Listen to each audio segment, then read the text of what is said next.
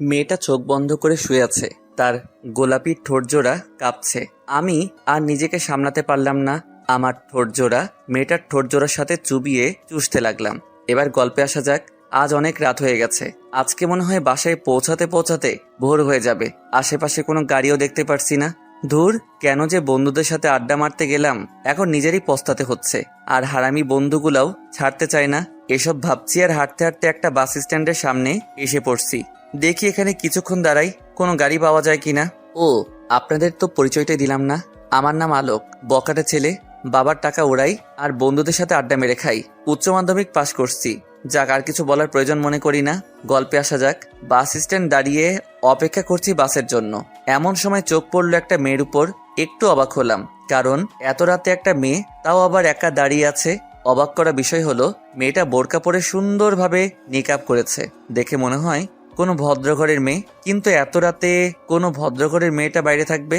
দূর, দাঁড়িয়ে থাক, তাতে আমার কি। আমি পকেট থেকে মোবাইলটা বের করে টিপছিলাম আর মেয়েটার দিকে আর চোখে তাকাচ্ছিলাম। অনেকক্ষণ হয়ে গেল মেয়েটা দাঁড়িয়ে আছে।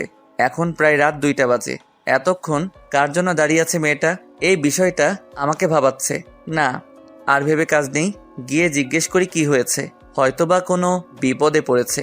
ধীর গতিতে পা বাড়িয়ে মেয়েটার কাছে গিয়ে দাঁড়ালাম। অবাক হয়ে গেলাম, কারণ মেয়েটা আমাকে দেখে একটুও চমকালো না।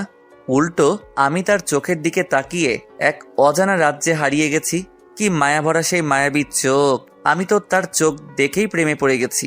হঠাৎ মেয়েটার কণ্ঠে ঘোর ভাঙল। ও হ্যালো, এভাবে তাকিয়ে আছেন কেন? না মানে, আপনি কি কোনো প্রবলেমে ফেসে গেছেন? যদি আমাকে বলেন, সাহায্য করতে পারি। না, কোনো প্রবলেম নেই। তাহলে এত রাতে এখানে দাঁড়িয়ে আছেন কেন? কাস্টমার খুঁজছি। কি?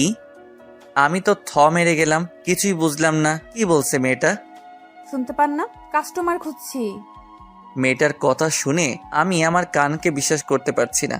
কিছুক্ষণের জন্য একেবারে নিস্তব্ধ হয়ে গেলাম। কি বলছে মেয়েটা? তাহলে কি মেয়েটা... না না, ছি ছি, এ কি করে হয়?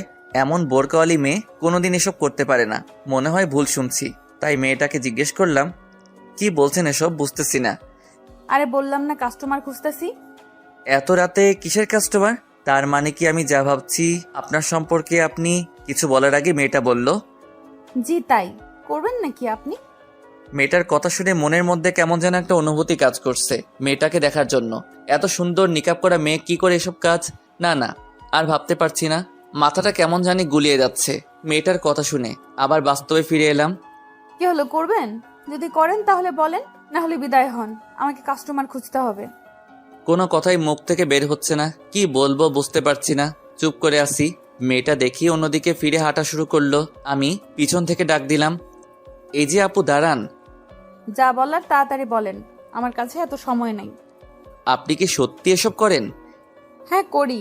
আপনি করবেন কিনা বলেন, না হলে আমি যাই। এর আগে কারোর সাথে করছেন? না, আজকেই প্রথম। কেন?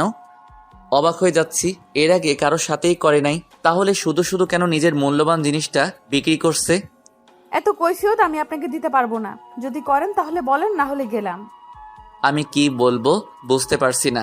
দেখতে এত সুন্দর লাগছে মেয়েটাকে বোরকা পরে যে তার প্রেমে পড়ে গেলাম। কিন্তু মেয়েটার চরিত্র তো মাশাআল্লাহ। আমারও মেয়েটাকে দেখে কেমন জানি লাগছে, নিজেকে সামলাতে পারছি না। তাই আর কিছু না ভেবে মেয়েটাকে জিজ্ঞেস করলাম, কত নিবেন এক রাতের? 10,000। ওকে ডান, আমি রাজি।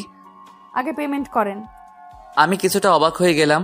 একেবারে পাক্কা পতিতাদের মতো কথা বলতেছে। যাক, আর কিছু না ভেবে পকেট থেকে মানিব্যাগটা বের করে চকচকে 10টা 1,000 টাকার নোট দিলাম।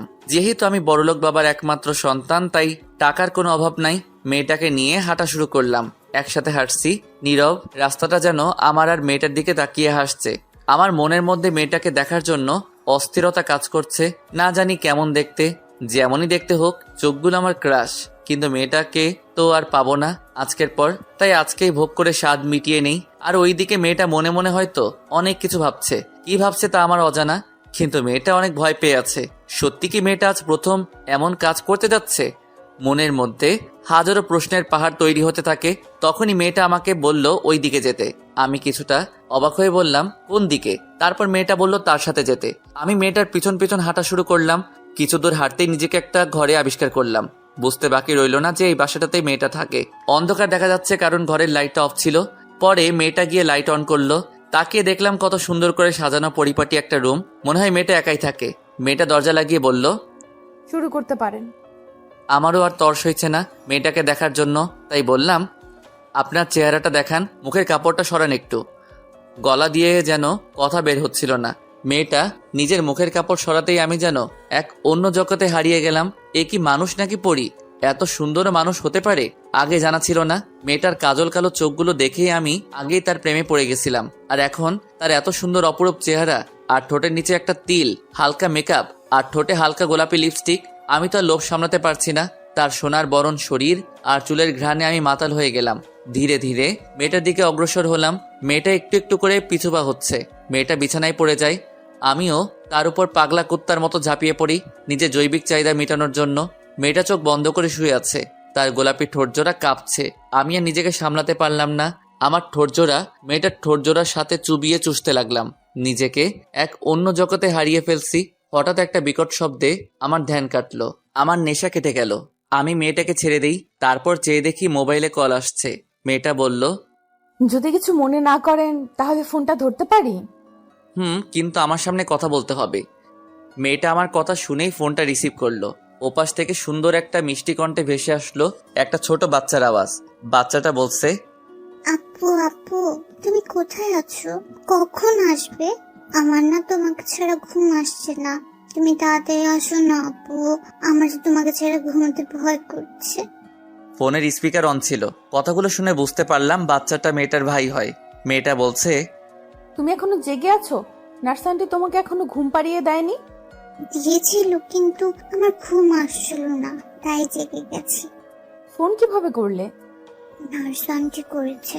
আমার কথা বলতে ইচ্ছে করছিল, তাই তুমি তাড়াতাড়ি আসো না আপু, আমার তোমাকে ছাড়া ঘুম আসছে না। বাবু, আমি তো কাজে আছি, এখন আসতে পারবো না, একটু পরে যাই। তুমি ততক্ষণে ঘুমাও। আমি তোমার জন্য আসার সময় চকলেট নিয়ে আসবো। এখন লক্ষ্মী ছেলের মতো ঘুমিয়ে পড়ো। আমি নার্স আন্টিকে বলে দিচ্ছি যাতে তোমাকে গল্প শুনিয়ে ঘুম পাড়িয়ে দেয়। আপু, লাল চকলেট আনবা, ওইটা অনেক মজা।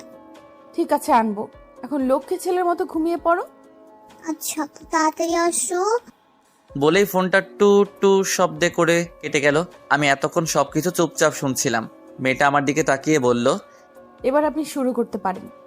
কিন্তু বাচ্চাটার কথা শুনে আমার মনের প্রশ্নের পাহাড় আরো বড় হয়ে গেল। আমি মেয়েটাকে জিজ্ঞেস করলাম বাচ্চাটা কি হয়। ও বলল ওর ভাই। আমার এবার জানার আগ্রহ আরো বেড়ে গেল। তাই মেয়েটাকে বললাম, আচ্ছা যদি কিছু মনে না করেন কিছু কথা জানতে পারি? জি বলুন। আমার কেন জানি মনে হচ্ছে আপনার জীবনে বড় ধরনের ঝড় উঠেছে, যার কারণে আপনি এই পথটা বেছে নিলেন। সেটা কি আমি জানতে পারি? আপনারা তো জেনে কাম নাই, যা করতে আসছেন তাই করে বিদায় হন। এবার আমার মাথা গরম হয়ে গেল। একটু বললে কি হয়, তাই রেগে বললাম, আচ্ছা করব না, আমি চলে যাচ্ছি, দেন আমার টাকা ফেরত দেন। কিছুটা ব্ল্যাকমেল করে, কারণ আমি বুঝতে পারছি মেয়েটা বিপদে পড়ছে। প্লিজ এমনটা করবেন না। আপনি চলে গেলে আমার ভাইয়ের চিকিৎসার টাকা জোগাড় করতে পারবো না।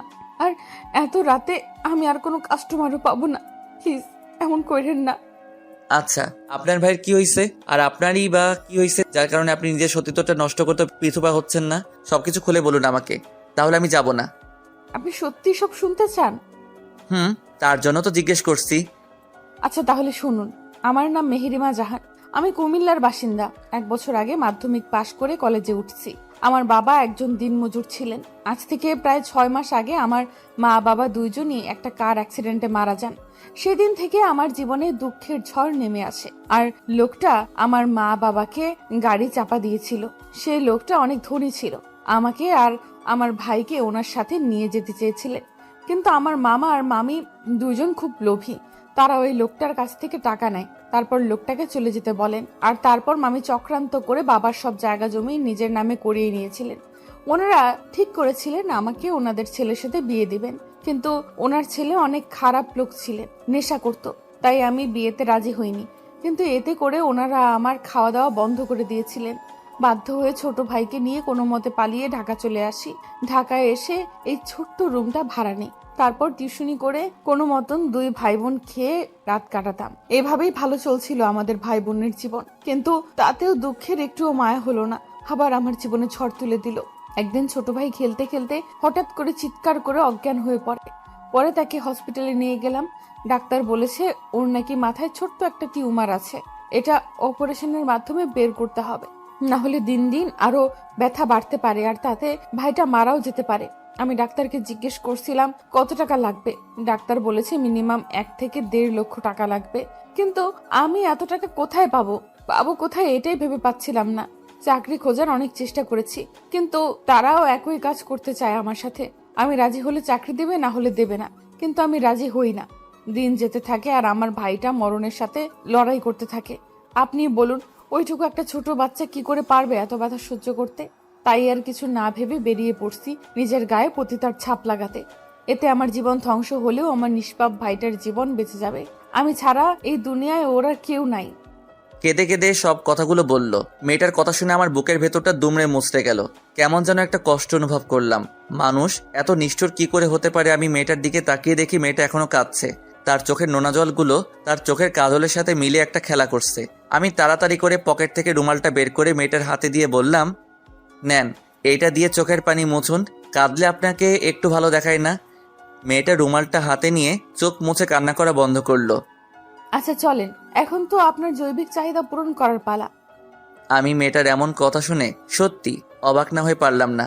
কেউ এতটা নিচে নামতে পারে নিজের ভাইকে বাঁচানোর জন্য জানা ছিল না। আমি মেয়েটার গলার শব্দে আবার বাস্তবে ফিরে এলাম। আচ্ছা আপনি এবার আপনার কাজ শুরু করেন, আমি আর আপনাকে বাধা দেব না। আমার জীবনে প্রথম আপনিই সেই পুরুষ যে আমার এত কাছে এসেছে। চাইলে এখন আপনি আমার গায়ে পতিতার ছাপ বসিয়ে দিতে পারেন, পরে আবার টাকা ফেরত চাইতে পারবেন না, কারণ টাকাটা আমার খুব প্রয়োজন। আমি কি বলবো কিছুই বুঝতে পারছিলাম না। একদিকে মেয়েটা আমার স্বপ্নের সেই রাজকুমারী, যাকে আমি মনে প্রাণে কাছে চাইছি, তবে সেটা স্বপ্নই ছিল এতদিন। আজ এত কাছে পেয়েও কি আমি তাকে হারিয়ে ফেলবো? তবে কি সে শুধু আজকে রাতটাই আমার? ভাবনাতে পড়ে গেলাম, না না, এ কিছুতেই হতে পারে না। এই মেয়েকে আমি সারা জীবন পাশে চাই। যেই মেয়ে ছোট ভাইয়ের জন্য নিজের সতীত্ব বিলি করতে রাজি, সেই মেয়ে আর যাই হোক প্রতারক হতে পারে না। এই মেয়ের মন যে জয় করতে পারবে, জীবনের বিনিময় হলেও তাকে আগলে রাখবে। না না, একে হারাতে পারবো না। তাহলে আমার যে কি হবে তা আমি নিজেই জানি না।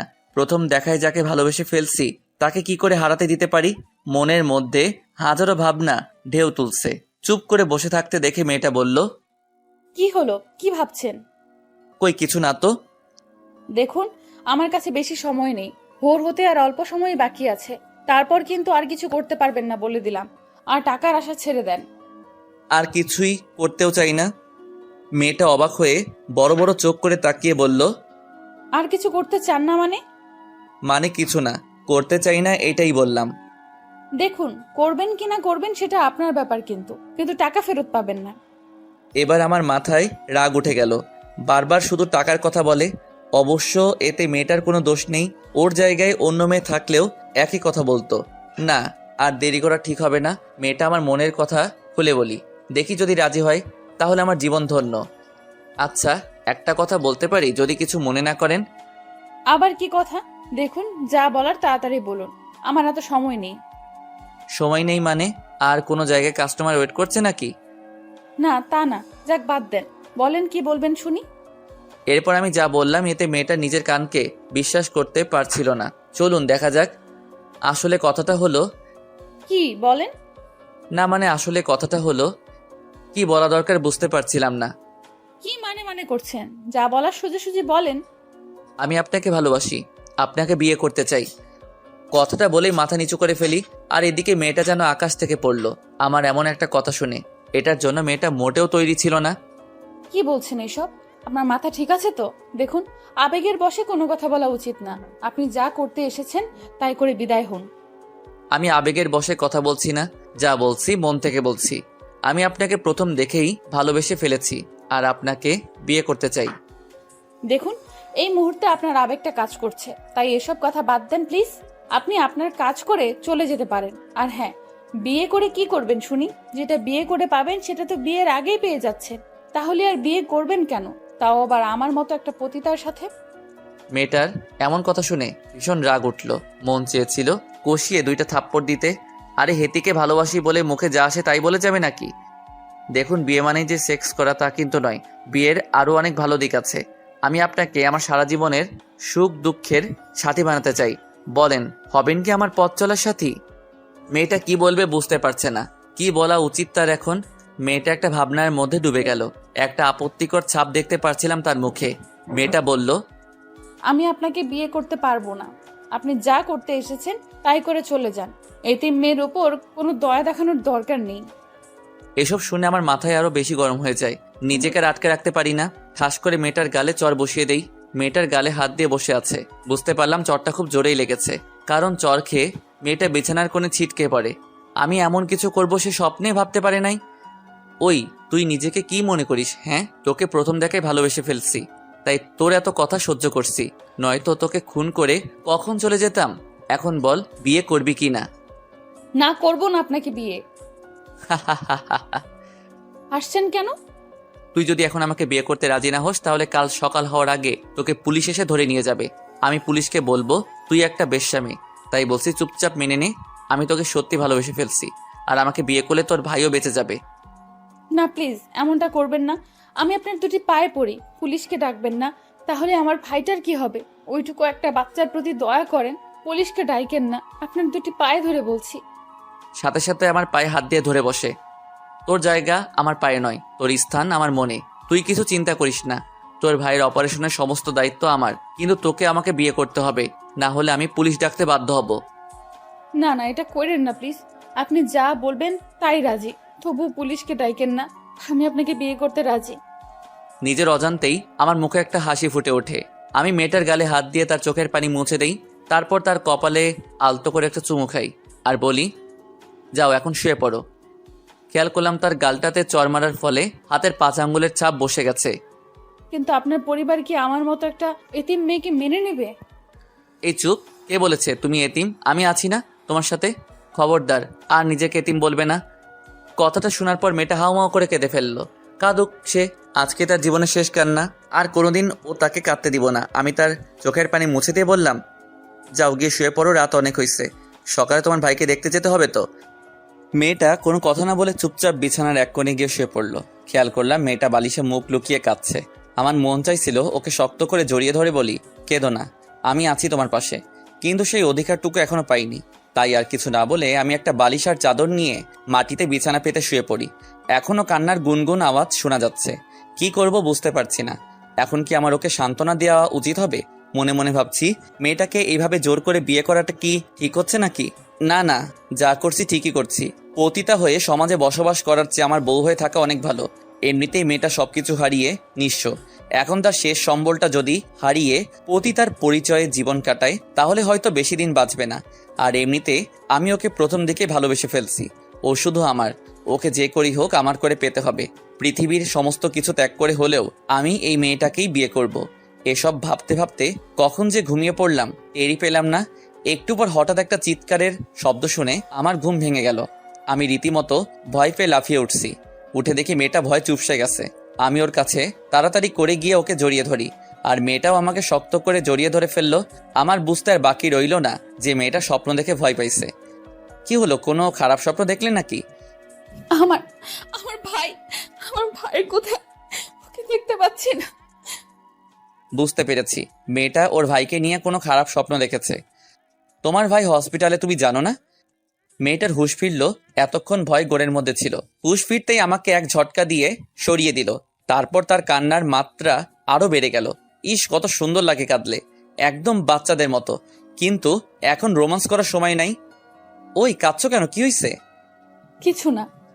মেয়েটা তার চোখের পানি মুছে কান্না বন্ধ করে। কি হলো, বলো, কি হয়েছে? আচ্ছা, কিছু কথা বলার ছিল। হ্যাঁ বলো, কি বলবে? আপনি আমাকে সত্যিই ভালোবাসেন? আর আমাকে কি সত্যি বিয়ে করতে চান? হ্যাঁ, আমি তোমাকে সত্যি ভালোবাসি আর তোমাকে বিয়ে করতে চাই। কিন্তু আপনার পরিবারের সবাই কি আমাকে মেনে নেবে? পরিবার বলতে তেমন কেউ নেই, আছে শুধু বাবা। বাবা তার ব্যবসা নিয়ে ব্যস্ত থাকেন, আর আমি সারাদিন ঘুরি ফিরি আর খাই। আর আপনার মা? শুনেছি উনি নাকি আমার জন্মের পর মারা গেছেন। ছোটবেলা থেকেই বাবা আমার সবকিছু দেখাশোনা করছেন। এইভাবে কথা বলতে বলতে ভোরের আজান দিয়ে দিল। মেয়েটা আমাকে বলল, আচ্ছা, এখন আজান দিচ্ছে, যান আপনি নামাজটা পড়ে আসুন। আমি ভাবলাম কিছুটা দুষ্টামি করা যাক। আসলে আমার না খুব ঘুম পাচ্ছে, আমি ঘুমাই। বলেই মেয়েটার কোলে মাথা রেখে শুয়ে পড়লাম। আর খেয়াল করলাম মেয়েটার মুখে একটা হাসির ঝলক। ওই কি করছেন, যান নামাজটা পড়ে আসুন আগে, তারপর ঘুমায়েন। না না, আমি যাব না, আমি ঘুমাই, তুমি পড়ো। আমি কোনো বেনামাজি পুরুষকে বিয়ে করতে পারবো না, কারণ যে তার সৃষ্টিকর্তাকে ভালোবাসতে পারে না সে আমাকে কি ভালোবাসবে। বুঝেছি, আপনি আমার সাথে মজা করছেন এতক্ষণ। নেন আপনার টাকা নেন, যান এখান থেকে। আপনাকে বিয়ে তো দূরের থাক, আপনার চেহারাও দেখতে চাই না। আমি সাথে সাথে উঠে পড়লাম, ওর দিকে করুণ চোখে তাকিয়ে থাকলাম। এখন আমাকে এইভাবে ব্ল্যাকমেল করছো, বিয়ের পর কি করবে শুনি? সেটা পরে ভেবে নিব, এখন যান। আচ্ছা যাচ্ছি। বিছানা থেকে উঠে ফ্রেশ হয়ে নামাজ পড়তে চলে গেলাম মসজিদে। নামাজ পড়ে এসে দেখি নাস্তা রেডি। মেয়েটা আমাকেই দেখেই বলল, চলে আসছেন, বসুন, নাস্তাটা করে নেন। নাস্তা বানালে কখন? এই তো একটু আগে। আপনি বসুন, আমি বেড়ে দিচ্ছি। আমি মনে মনে খুশিতে নাচতেছি। বিয়ের আগে হবু বউয়ের হাতে রান্না খাবো, উফ কি খুশিটাই না লাগছে। আমি গিয়ে টেবিলে বসে পড়লাম। তারপর আমাকে খাবার বেড়ে দিয়ে দাঁড়িয়ে আছে। কি হলো, তুমি খাবে না? খাবো পরে, আপনি আগে খেয়ে নিন। না তুমি বসো, দুজনে একসাথে খাবো। ওকে খাবার টেবিলে বসানোর জন্য ওর হাত ধরতে চিৎকার করে উঠলো। দেখলাম ওর চোখ বেয়ে নোনা পানি ঝরছে। কি হলো কিছুই বুঝলাম না। খাবার টেবিল থেকে উঠে পড়লাম। চোখ পড়ল ওর হাতের উপর, দেখলাম অনেকখানি পুড়েছে। এটা কিভাবে হলো তোমার? একটু ছ্যাঁকা লাগছে, সমস্যা নাই, ঠিক হয়ে যাবে। যান আপনি খেয়ে নেন। সমস্যা নাই মানে? কতখানি পুড়ছে আর তুমি বলছো একটুখানি? ওষুধ লাগাওনি? লাগিয়েছি। আচ্ছা এখানে বসো। আমি ওকে জোর করে টেবিলে বসালাম। তারপর ভাতের প্লেটটা হাতে নিয়ে ওকে খাইয়ে দিতে শুরু করলাম। খেতে চাইছিল না, তাও জোর করে খাওয়াইছি। খাওয়া দাওয়া শেষ করে দুইজনে রেডি হয়ে বেরিয়ে পড়লাম। গন্তব্য হসপিটাল, যেখানে ওর ভাই চিকিৎসাধীন রয়েছে। যাওয়ার সময় মেয়েটা ওর ভাইয়ের জন্য একটা চকলেট কিনলো। টাকাটা আমি দিতে চাইছিলাম, কিন্তু ও দিতে দেয় নাই। পরে দুইজনে হাসপাতালে পৌঁছে গেলাম। বাচ্চা ছেলেটা ওর আপুকে দেখে দৌড়ে এসে তার কোলে উঠে পড়ে। মেয়েটা তার ভাইয়ের গালে চুমু খেলো। বাচ্চাটাও ওর বোনের গালে পাপ্পি খেলো। তারপর বাচ্চাটা চোখ পড়লো আমার উপর। বাচ্চাটা তার আপুকে জিজ্ঞেস করলো, আপু আপু, ওই আঙ্কেলটা কে? ওই আঙ্কেলটা তোমাকে দেখতে আসছে। ও আমাকে দেখতে আসছে? বাচ্চাটার মুখে আঙ্কেল শব্দটা শুনে আমি তো মেরে গেছি। বলে কি পুচকুটা, আমি আর আঙ্কেল এখনো বিয়ে করলাম না, আর দাড়িও তো নেই। শিওর হওয়ার জন্য গালে আর একবার হাত দিয়ে দেখলাম দাড়ি উঠছে কিনা। না, কোনো দাড়ি নেই। তাহলে এই পুচকুটা আঙ্কেল বললো কেন? আর মেয়েটাও পারে বটে, আমাকে আঙ্কেল বলছে। আরও মুচকি মুচকি হাসি দিচ্ছে। যা, আজকে মনে হয় বুড়োই হয়ে গেলাম। ওই আঙ্কেলটা তোমাকে দেখতে আসছে। আমার আর কিছু করার নাই। বাচ্চাটা তার আপুর কোল থেকে নেমে গেল। তারপর আমার কাছে আসলো। আমি হাঁটু গেড়ে তার সামনে বসলাম। আঙ্কেল আঙ্কেল, আপনি সত্যি আমাকে দেখতে আসছেন? হ্যাঁ, তোমার জন্যই তো আসছি। তার আগে তুমি আমাকে ভাইয়া বলে ডাকো, তোমার জন্য একটা গিফট আছে। কি গিফট আঙ্কেল? দেন না, দেন দেন। উফ, আবার আঙ্কেল? ভাইয়া বলো তাহলে দিব। আচ্ছা আগে দেন, দেখি দেখি। চোখ বন্ধ কর তোমার। বাচ্চা মানুষ তো, তাই বলার সাথে সাথে চোখ বন্ধ করে ফেলে। আমি একবার মেয়েটার দিকে তাকিয়েছিলাম, খেয়াল করছি মুচকি মুচকি হাসছে। এবার চোখ খুলো। পকেট থেকে একটা কিটক্যাট বের করে তার চোখের সামনে ধরি।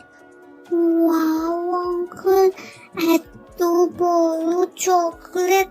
এটা আমার জন্য? দূর চাই, বাচ্চাটা তো মহাপাজি, কিছুতেই কথা শুনছে না। আবারও আঙ্কেল বলছে, হ্যাঁ এটা তোমার জন্য, কিন্তু তোমাকে দিব না। কথাটা শোনা মাত্র বাচ্চাটার মুখটা কালো হয়ে গেল। মাথা নিচু করে দাঁড়িয়ে রইল, কোনো কথা বলছে না। আরে কি হলো তোমার? এমন মুখ গোমরা করে দাঁড়িয়ে রইল কেন? এই চকলেটটা তোমার জন্যই তো এনেছি, কিন্তু তার আগে ভাইয়া ডাকো একবার। বাচ্চাটা খুশি হয়ে আমাকে জড়িয়ে ধরে বলে, সত্যি এটা আমার জন্য? তোমার জন্য, কিন্তু এখন থেকে ভাইয়া বলে ডাকবা, কেমন? কথাটা বলে বাচ্চাটার হাতে চকলেটটা ধরিয়ে দিলাম। সাথে সাথে বাচ্চাটা আমার গালে চুমু দিয়ে বলল, থ্যাংক ইউ ভাইয়া, তুমি অনেক ভালো। তাই তুমিও অনেক ভালো। আচ্ছা ভাইয়া, এই চকলেটটা অনেক দামি তাই না? বেশি না, একটু। ও আচ্ছা, তাহলে এটা নিয়ে নাও, এটা আমার লাগবে না। আমি অবাক হয়ে গেলাম। কেন কেন? চকলেটটা কি তোমার ভালো লাগে নাই? ভালো লেগেছে, কিন্তু আপু বলেছে দামি জিনিস আমাদের মতো গরিবের কপালে নাকি জুটে না। আর চকলেটটা এত দামি, এই টাকাও আপু দিতে পারবে না, তাই বলছি এটা নিয়ে নিন, আমার একটা দিয়ে হবে। বাচ্চাটা এমন একটা কথা শুনে আমার মাথা গোলাতে শুরু করলো। আমি একবার মেয়েটার দিকে তাকিয়ে দেখলাম মেয়েটার মুখখানিও কালো হয়ে গেছে। সত্যি কতটা কষ্টেই না এতদিন জীবনযাপন করছে। যাই, বাচ্চাটাও বুঝতে পেরে গেছে টাকার মূল্য। দুনিয়াতে সব টাকারই খেলা। হঠাৎ বাচ্চাটার ডাকে আবার ধ্যান ভাঙলো। ভাইয়া এই নাও, আমার এটা লাগবে না, আমি একটাই খাবো। আরে, এটার টাকা তোমাকে দিতে হবে না। দোকানদার তোমার সাথে দেখা করতে এসেছে শুনে এমন একটা দিয়ে দিছে। তুমি নাকি চকলেট খুব ভালোবাসো, তাই তো তোমার পছন্দের লাল চকলেটটা দিল। সত্যি বলছো? সত্যি। এখন যাও, গিয়ে শুয়ে আরাম করে খাও। ওকে ভাইয়া। বলেই সাথে সাথে আমার গালে আর একটা চুমু দিয়ে দৌড়ে ওর আপুর কাছে চলে গেল। ওর আপু মানে মেয়েটা তাকে বেডে বসিয়ে দিয়ে চকলেট খেতে বলল।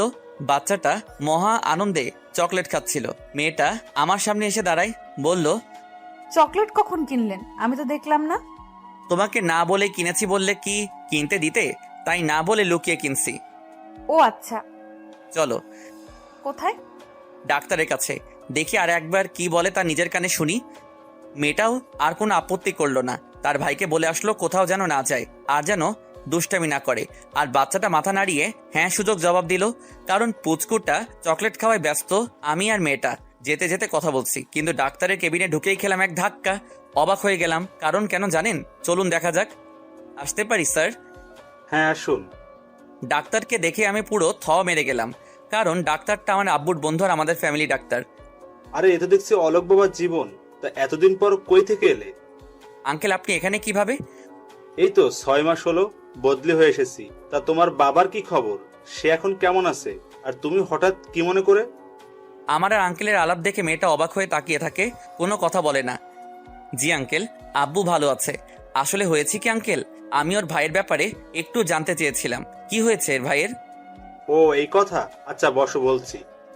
দুইজনেই চেয়ারে বসে পড়লাম। তারপর ডাক্তার আঙ্কেল আমাকে সব খুলে বললেন। বেশি কিছু না, একটা অপারেশন করলে ঠিক হয়ে যাবে। আঙ্কেল, আপনি যা করার করুন, যত টাকা লাগে আমি দেব, কিন্তু বাচ্চাটার যেন কোনো ক্ষতি না হয়। আচ্ছা চিন্তা করো না, আমি পার্সোনাল ভাবে এই ব্যাপারটা হ্যান্ডেল করব। তাহলে আঙ্কেল, আপনি যত তাড়াতাড়ি সম্ভব অপারেশনটা শুরু করে দিন। আমরা তাহলে এখন উঠি? সে কি, এইমাত্র তো এলে আর এখনই বলছো উঠি? কিছু চা নাস্তা খেয়ে যাও। না আঙ্কেল, আজ না, অন্যদিন।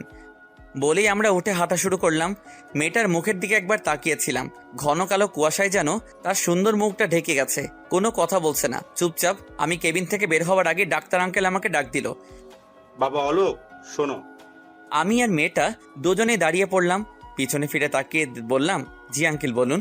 ডাক্তার আঙ্কেল চেয়ার থেকে উঠে এসে আমার কানের কাছে ফিসফিস করে বলছে, বিয়েটা করবে শুনি?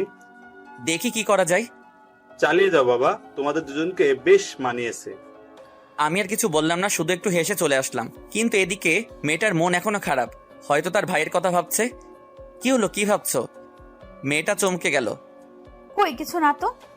চুপচাপ যে, কোনো কথা বলছো না যে? এমনি। আর কোনো কথা বললো না। আমি আর কিছু জিজ্ঞেস করলাম না, কারণ জানি এর মন ভালো নেই। পরের দুইজনে বাচ্চাটার কাছে গেলাম। আমি মেয়েটাকে বললাম, শুনো, আমি কিছুক্ষণের জন্য একটু বাসায় থেকে ঘুরে আসি, বাবার সাথে কিছু কথা আছে তো তাই। মেয়েটা ওর ছোট ভাইয়ের পাশে বসে মাথায় হাত বুলিয়ে দিচ্ছিল। আচ্ছা। আর কিছু বললো না, হয়তো লজ্জাবোধ কাজ করছে তাই। আচ্ছা তাহলে আমি এখন আসি, চিন্তা করো না, আমি বিকাল হওয়ার আগে চলে আসবো। ওকে। মেয়েটির কাছে থেকে বিদায় নেওয়ার আগে মাথায় একটা দুষ্টবুদ্ধি খেলে গেল, কিন্তু কি আর করার, জানি সে প্রশ্রয় দেবে না। তাই হসপিটাল থেকে বাসার উদ্দেশ্যে বেরিয়ে পড়লাম। বাসে উঠে বসলাম। মনের মধ্যে এই 2 দিনে মেয়েটিকে নিয়ে অনেক স্বপ্ন এঁকে ফেলেছি। যে করি হোক, এই স্বপ্নগুলোকে আমার পূরণ করতেই হবে। মেয়েটিকে ছাড়া যে আমি এক মুহূর্ত ভাবতে পারছি না। সারাদিন শুধু ওর কথাই মনে পড়ে। এটাই হয়তো সত্যিকারের ভালোবাসার টান। বেশ বুঝতে পারছি মেয়েটার মন এখনো খারাপ, কারণ চলে আসার সময় ওর মুখটা কেমন কালো হয়ে গিয়েছিল। আর এদিকে বাড়িতে গিয়ে প্রথমেই বাবাকে সবকিছু খুলে বলবো ভাবছি। ভাবতে ভাবতে গাড়ি থেকে নেমে বাসার সামনে আসলাম। তারপর গেটে টোকা দিতে দারোয়ান কাকা গেট খুলে দিল। আলোক বাবা, তুমি কালকে সারা রাত কোথায় ছিলে জানো? বড় সাহেব কত চিন্তা করেছিল তোমার জন্য। বন্ধুদের সাথে ছিলাম কাকা, কিন্তু এতে চিন্তা করার কি আছে? আমি তো বাবাকে বলেই গিয়েছিলাম যে আমি রাতে বাড়িতে নাও ফিরতে পারি। এই নাও, বড় সাহেব এগুলো তোমাকে দিতে বলেছিল। এগুলো কি? আর বাবা কোথায়? বড় সাহেব কয়েকদিনের জন্য দেশের বাইরে গেছেন, যাওয়ার আগে এই কাগজ আর চাবিটা দিয়ে গেছেন। আমি আর কিছু বললাম না, নর্মালি ভাবে বিহেভ করলাম। তারপর চাবিটা আর কাগজটা হাতে নিয়ে বাড়ির ভেতরে চলে গেলাম। ঘরে গিয়ে ঢুকতে কেমন যেন ফাঁকা ফাঁকা লাগছে, চারিদিকে নিস্তব্ধতা কাজ করছে। তারপর ঘরের জানালা খুলে দিলাম, বাইরের একটু ঠান্ডা বাতাস বইছে। এরপর আমি আমার রুমে গেলাম, টেবিলের উপর কাগজ আর চাবিটা রেখে ফ্রেশ হতে চলে গেলাম। ফ্রেশ হয়ে বেরিয়ে এসে একটু বিছানায় হেলান দিতেই চোখ পড়লো সেই কাগজটার উপরে। তাই আর দেরি না করে তাড়াতাড়ি করে কাগজটাকে হাতে নিয়ে খুলে পড়তে শুরু করলাম। পড়তে পড়তে হঠাৎ করে বুকের ভিতরটা কেমন যেন দুমড়ে মুচড়ে গেল। চলুন দেখা যাক কি লেখা আছে কাগজটিতে। ডিয়ার আলোক, হঠাৎ করে একটা জরুরি মিটিং এর জন্য 1 মাসের জন্য আমাকে দেশের বাইরে যেতে হচ্ছে। তোমাকে কথাটা কাল রাতেই বলবো ভাবছিলাম, কিন্তু তুমি সারা রাত বাড়িতে ফেরোনি। খুব ভোরে আমাকে দেশ ছেড়ে যেতে হবে, তাই রাতে তোমাকে ফোন করেছিলাম কথা বলার জন্য, কিন্তু তোমার ফোন অফ ছিল। জানি না এভাবে আর কতদিন চলবে। যাই হোক বাবা, নিজের খেয়াল রাখবে। সময় হলেই আমি তোমাকে ফোন করব। বেশি রাত করে বাইরে থাকবে না, আর নিজের প্রতি একটু যত্ন নিবে, কেমন? আর হ্যাঁ, তোমার হাত খরচের জন্য আলমারিতে কিছু টাকা রাখা আছে, সেখান থেকে যা খুশি খরচ করো, কিন্তু নিজের দিকে একটু খেয়াল রেখো, কেমন? আসি, ভালো থাকবে, বাই। এই লেখা ছিল। সত্যি আমি বাবার অবাধ্য সন্তান। কোনোদিনও তার একটা কথাও শুনিনি। অনেকবার বলেছিল তার সাথে ব্যবসার কাজে হাত লাগাতে, কিন্তু আমি তা শুনিনি, কারণ আমার কাজ করতে ভালো লাগতো না। সত্যি খুব খারাপ লাগছে। মা মারা যাওয়ার পর থেকে বাবা বিয়ে করেনি, এই ভয় যদি সৎ মায়ের মতন আমাকে কষ্ট দেয়। ছোটবেলা থেকে অনেক আদরে মানুষ করছে, তাই আজ আমি এই রকম। মনে মনে নিজেকে গালি দিতে লাগলাম। চিঠিটা টেবিলে রেখে দিলাম, তারপর বিছানায় গিয়ে হেলান দিয়ে শুয়ে পড়লাম।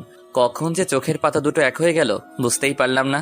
অনেকক্ষণ পর মনে হলো খুব গরম পড়ছে, শরীর ভেজা ভেজা মনে হচ্ছে। না, আর সহ্য করা যাচ্ছে না। ঘুমকে পরাজিত করলাম। চোখ খুলে বুঝতে পারলাম কারেন্ট চলে গেছে। ঘড়ির দিকে তাকিয়ে দেখি দুপুর 3টা বেজে গেছে।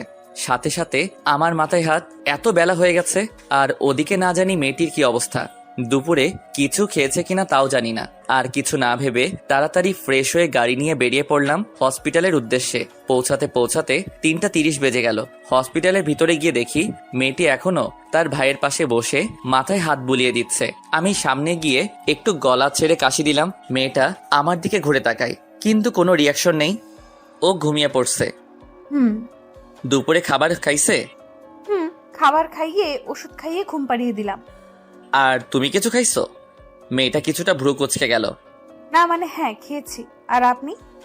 না, এখনো খাইনি। চলো এখন খাবো। তো যান, খেয়ে আসেন, আমি এখানেই আছি। তুমি কিছু খাবে না আমি জানি, তুমিও না খেয়ে আছো। না, আমি খেয়েছি, আপনি যান, খেয়ে আসেন। জানি মেয়েটার মনের অবস্থা ভালো নেই, কিন্তু না খেয়ে থাকলে তারও শরীর খারাপ করতে পারে। দেখো, মিথ্যা বলে লাভ নেই, আমি জানি তুমি কিছু খাওনি। মেয়েটা হয়তো মনে মনে ভাবছে যে আমি কিভাবে জানলাম যে না খেয়ে আছি। না মানে আসলে পরে খেয়ে নিব, আপনি খেয়ে আসুন। না, তুমি না খেলে আমিও খাবো না। আর জানো, আমি ক্ষুধা সহ্য করতে পারি না, কিন্তু তুমি তো খাবে না, তাই না? তাহলে আমিও খাবো না, এতে আমার মরণ হয় হোক। বলেই একটা চেয়ারে বসে পড়লাম। মেয়েটা বসা থেকে উঠে আমার সামনে এসে দাঁড়ালো। দেখুন, জেদ করবেন না প্লিজ। আমার ভাইকে রেখে এখন আপনার সাথে কিভাবে যাব বলুন? হঠাৎ যদি উঠে পড়ে, আমাকে দেখতে না পেলে কান্নাকাটি শুরু করবে। আমি জানি মেয়েটারও খিদা লাগছে, কিন্তু মুখ ফুটে কিছু বলতে পারছে না। সব মেয়েরা এমনই হয়, মনের ভিতরে লুকানো কথা কোনোদিনও মুখ ফুটে বলবে না। কিন্তু তোমার ভাই তো এখন ঘুমাচ্ছে, চিন্তা করো না, ওর উঠে পড়ার আগে আমরা চলে আসব। আর উঠে পড়লে ওর নার্স আন্টি তো আছেই দেখে রাখার জন্য, তাই না? তাই প্লিজ চলো আমার সাথে। অনেক জোরাজোরি করার পর রাজি করালাম। একজন নার্সকে বাচ্চাটা সামনে রেখে দুজনে বেরিয়ে পড়লাম। হসপিটালে সিঁড়ি দিয়ে নামছিলাম দুজনে। হঠাৎ করে মেয়েটা পায়ে হোঁচট খেয়ে প্রায় পড়ে যাওয়ার মতো অবস্থা হয়। আমি তাড়াতাড়ি করে ধরে ফেলি, এতে মেয়েটা কিছুটা লজ্জাবোধ করে আর পায়ে একটু আঘাত পায়।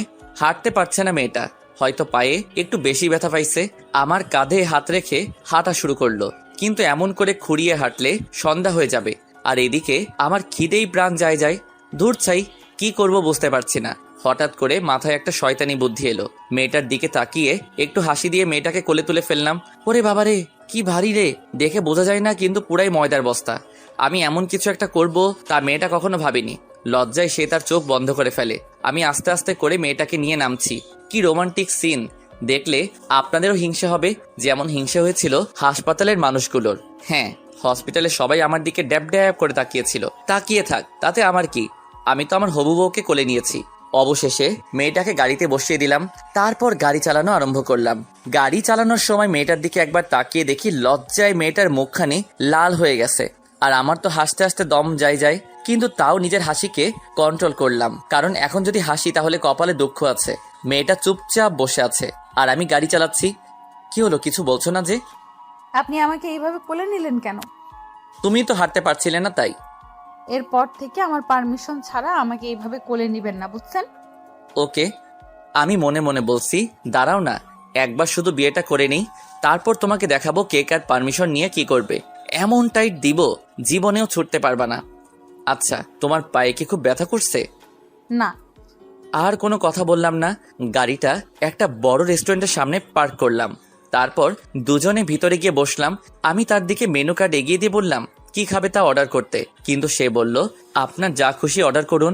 তাই আমি নিজেই অর্ডার করলাম। খাবারের নামগুলা অজানা থাক, বললে আবার আপনাদের লোভ লাগবে। ওয়েটার খাবার পরিবেশন করে দিয়ে গেল, কিন্তু মেয়েটা কিছু খাচ্ছে না, শুধু আর চোখে খাবারের দিকে তাকাচ্ছে। কি হলো, খাচ্ছ না যে?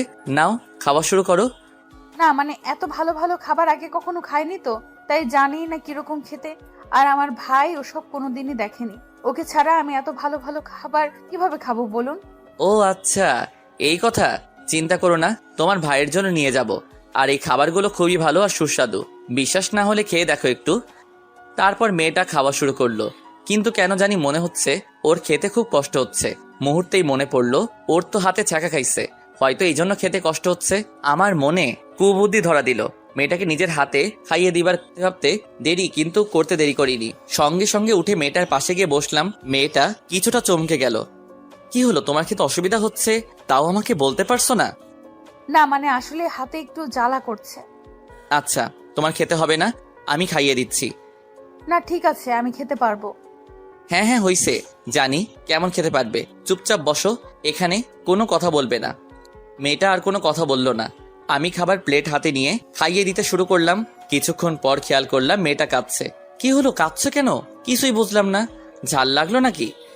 এই কি হলো, তোমার কাঁদছো কেন? কই কিছু না তো। তাহলে কাঁদছো কেন? কই কোথায় কাচ্ছি?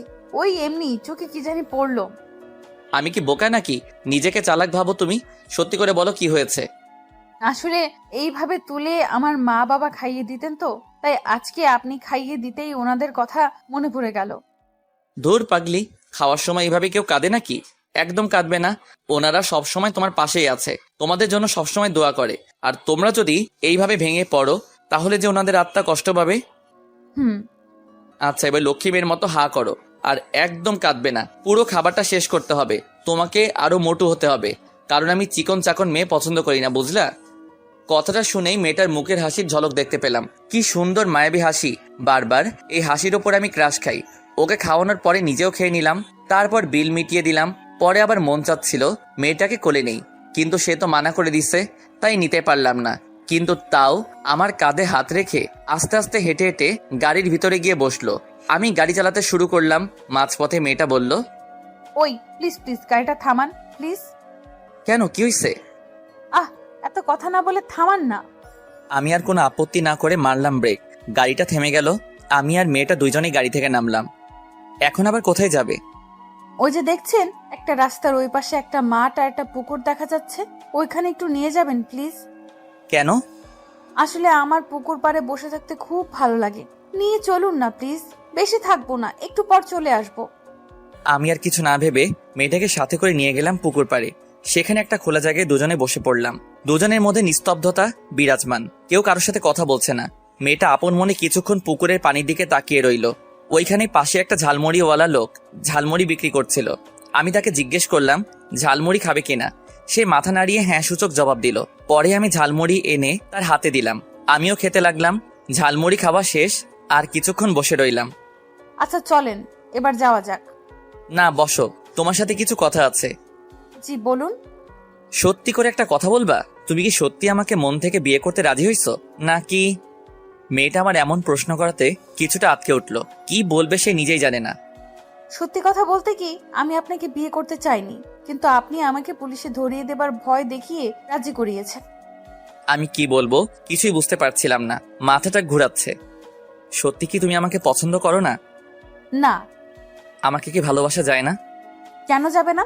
আপনার মতো ছেলেকে আজকাল সব মেয়েরাই পছন্দ করে। সব মেয়েরাই আপনার মতো জীবন সঙ্গী চায়। তাহলে তুমি কেন আমাকে ভালোবাসতে পারবে না? জানি না, কিন্তু আমি আপনাকে বিয়ে করলেও মন থেকে হয়তো কোনোদিন স্বামী হিসেবে মেনে নিতে পারবো না, কারণ বিয়েটা আমার ইচ্ছের বিরুদ্ধে হচ্ছে। থাক, আর বলতে হবে না। আমি আর কিছু বলতেই পারলাম না। বুকের ভেতরটা কেমন যেন ব্যথা অনুভব করলাম, যার জন্য এত কিছু করছি শুধুমাত্র তার ভালোবাসা পাবো বলে। কিন্তু সে, ছি, আমিও কত বোকা। হয়তো মেয়েটা অন্য কাউকে ভালোবাসে। কিছু না জেনে আমারও মেয়েটার মায়ায় পড়া উচিত হয়নি, কিন্তু এখন কি করব? বড্ড বেশি ভালোবেসে ফেলেছি যে, কিভাবে ভুলবো আমি তাকে? হয়তো পারবো না। না, আর মেয়েটার কাছে থাকা ঠিক হবে না। ওর যত কাছে থাকবো ততই ওর মায়ায় পড়ে যাব। তার থেকে ভালো হবে ওর থেকে দূরে সরে যাওয়া। এসব ভাবতে ভাবতেই চোখের কোণে নোনা জলগুলো বেরিয়ে আসছিল।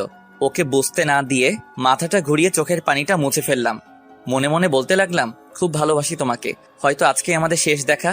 আর কিছু না বলে আমি উঠে হাঁটা শুরু করলাম। মেয়েটা অবাক হয়ে তাকিয়ে রইল, কারণ তাকে রেখেই হাঁটা শুরু করছি। 1 পা 2 পা করে সামনে এগোচ্ছি, আর ওর জীবন থেকে ধীরে ধীরে সরে যাচ্ছি। মেয়েটাও আমার পিছন পিছন হাঁটা শুরু করলো। আমি গাড়িতে বসে পড়লাম। মেয়েটাও ধীরে ধীরে এসে গাড়িতে চড়ে বসলো। আমি কোনো কথা বলছি না, কি বলবো? আর নিজের কথা বলার বাকশক্তি হারিয়ে ফেলছি। মনের মধ্যে এখন শুধু বেদনারই ঝড়। মন খুলে কাঁদতে ইচ্ছে করছিল, কিন্তু পারলাম না। গাড়ি চালাতে শুরু করলাম। কি হলো, কথা বলছেন না যে? এই যে শুনছেন। বলুন। এতক্ষণ ভাবনার বিভোর ছিলাম, তাই প্রথম ডাকটা শুনতে পাইনি। মেয়েটা কিছুটা অবাক হয়ে যায়, কারণ আমি তাকে আবার আপনি করে বলা শুরু করেছি। এটা মেয়েটা খুব ভালো করে খেয়াল করছে। এখন আবার আপনি করে বলছেন কেন? যার যে অধিকার, সেই অধিকারের মধ্যে সীমাবদ্ধ থাকা উচিত। মানে? কিছু না। আর কিছু বলল না। জানি না ওর মনে কি চলছে, তবে আমার মনে যে বেদনার আগুন দাউ দাউ করে জ্বলছে, কিভাবে ভুলবো তাকে? কি করে ভুলে থাকবো এই মায়ায় ভরা মুখখানি? না, ভুলতে আমাকে হবেই, কারণ ও আমাকে চায় না। আমি শুধুমাত্র ওর প্রয়োজন। আর তাছাড়া জোর করে ভালোবাসা আদায় করাও যায় না। এসব ভাবতে ভাবতে হঠাৎ গাড়ি থামালাম। কি হলো, গাড়ি থামালেন যে? হসপিটালে চলে আসছি। ও, আপনি যান, আমি ডাক্তার আঙ্কেলের সাথে একটু দেখা করে আসি। ওকে। অতঃপর মেয়েটা গাড়ি থেকে নেমে গেল। আমিও নামলাম। মেয়েটা ভিতরে চলে যাচ্ছে। আমি তার চলে যাওয়ার দিকে এক নজরে তাকিয়ে রইলাম। হয়তো এখনই শেষ দেখা। মনে হচ্ছিল কেউ আমার গলা চেপে ধরেছে। নিঃশ্বাস নিতে কষ্ট হচ্ছিল। চোখের কোণে আবারও পানি জমে গেল।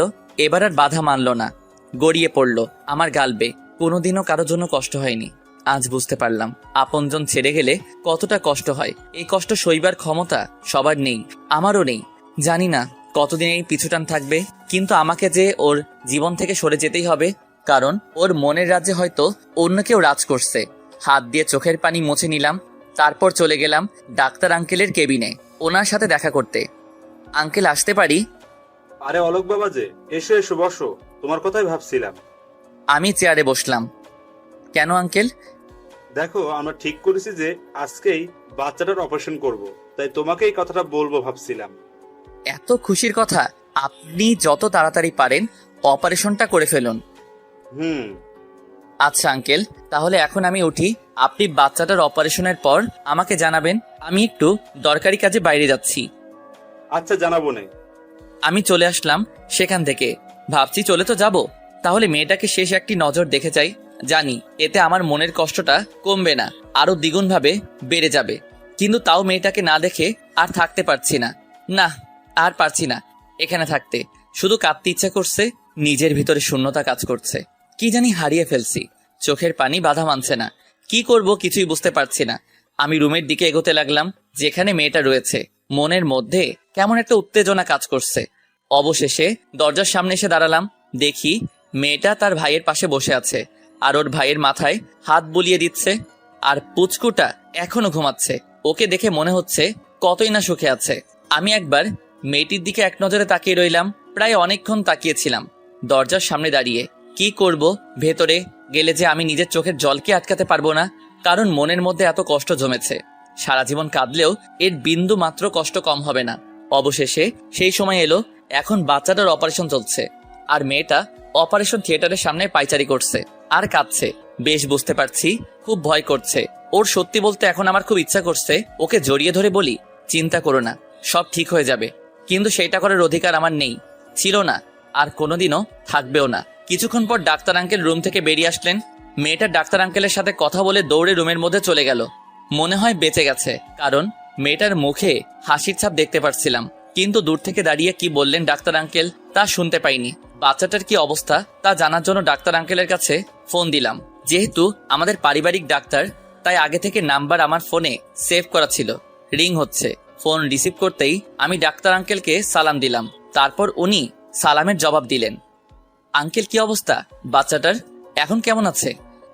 ডাক্তার আঙ্কেল বা মেয়েটার কেউই এখনো জানে না আমি হসপিটালেই আছি। এখন বাচ্চাটা পুরোপুরি সুস্থ, তুমি চাইলে কালকেই ওদের নিয়ে যেতে পারো। আমি খুব খুশি হয়ে ডাক্তার আঙ্কেলকে ধন্যবাদ জানালাম। অতঃপর আর একবার মেয়েটাকে দেখার জন্য রুমের দরজার সামনে গিয়ে দাঁড়ালাম। দেখি মেয়েটা বসে আছে, তার চোখে পানি। হয়তো অনেক ভয় পেয়েছিল, তাই কেঁদেছিল। আমি একটিবার মন ভরে দেখে বেরিয়ে আসলাম হসপিটাল থেকে। গাড়িতে বসে পড়লাম। আপন গতিতে গাড়ি চালাতে লাগলাম। মনের ভিতরে সব কষ্টগুলো চোখের অশ্রু হয়ে ঝরছে। চলে আসলাম বাড়িতে। বাড়িতে এসেই বিছানায় মুখটা লুকিয়ে চিৎকার করে কাঁদতে লাগলাম। ঘরের চার দেয়ালে আমার চিৎকার আর আর্তনাদের শব্দ ভেসে বেড়াচ্ছে। কাঁদতে কাঁদতে বিছানা থেকে উঠলাম, টেবিলে বসলাম। খাতা আর কলম নিয়ে একটা চিঠি লিখলাম, আর আলমারি থেকে কিছু টাকা বের করে নিলাম। চিঠিটা আর টাকাগুলো একসাথে একটা প্যাকেটে মুড়িয়ে নিলাম। তারপর আবার হসপিটালে যাওয়ার জন্য বেরিয়ে পড়লাম। হসপিটালে গিয়ে মেয়েটার রুমের সামনে দাঁড়িয়ে আছি, কিন্তু কি করব কিছুই বুঝতে পারছি না। আমি তো আর ওর সামনে যাব না, না কোনোদিনও ওর সামনে আসবো না। ভালো থাকুক সে তার মনের মানুষকে নিয়ে। কিন্তু এই প্যাকেটটা কিভাবে ওর হাতে দেওয়া যায়? একটু পর দেখলাম একটা মেয়ে এদিকে আসছে, হয়তো নার্স হবে। আমি ওই মেয়েটার হাতে প্যাকেটটা দিয়ে বললাম ভিতরে বসে থাকা মেয়েটিকে দিতে।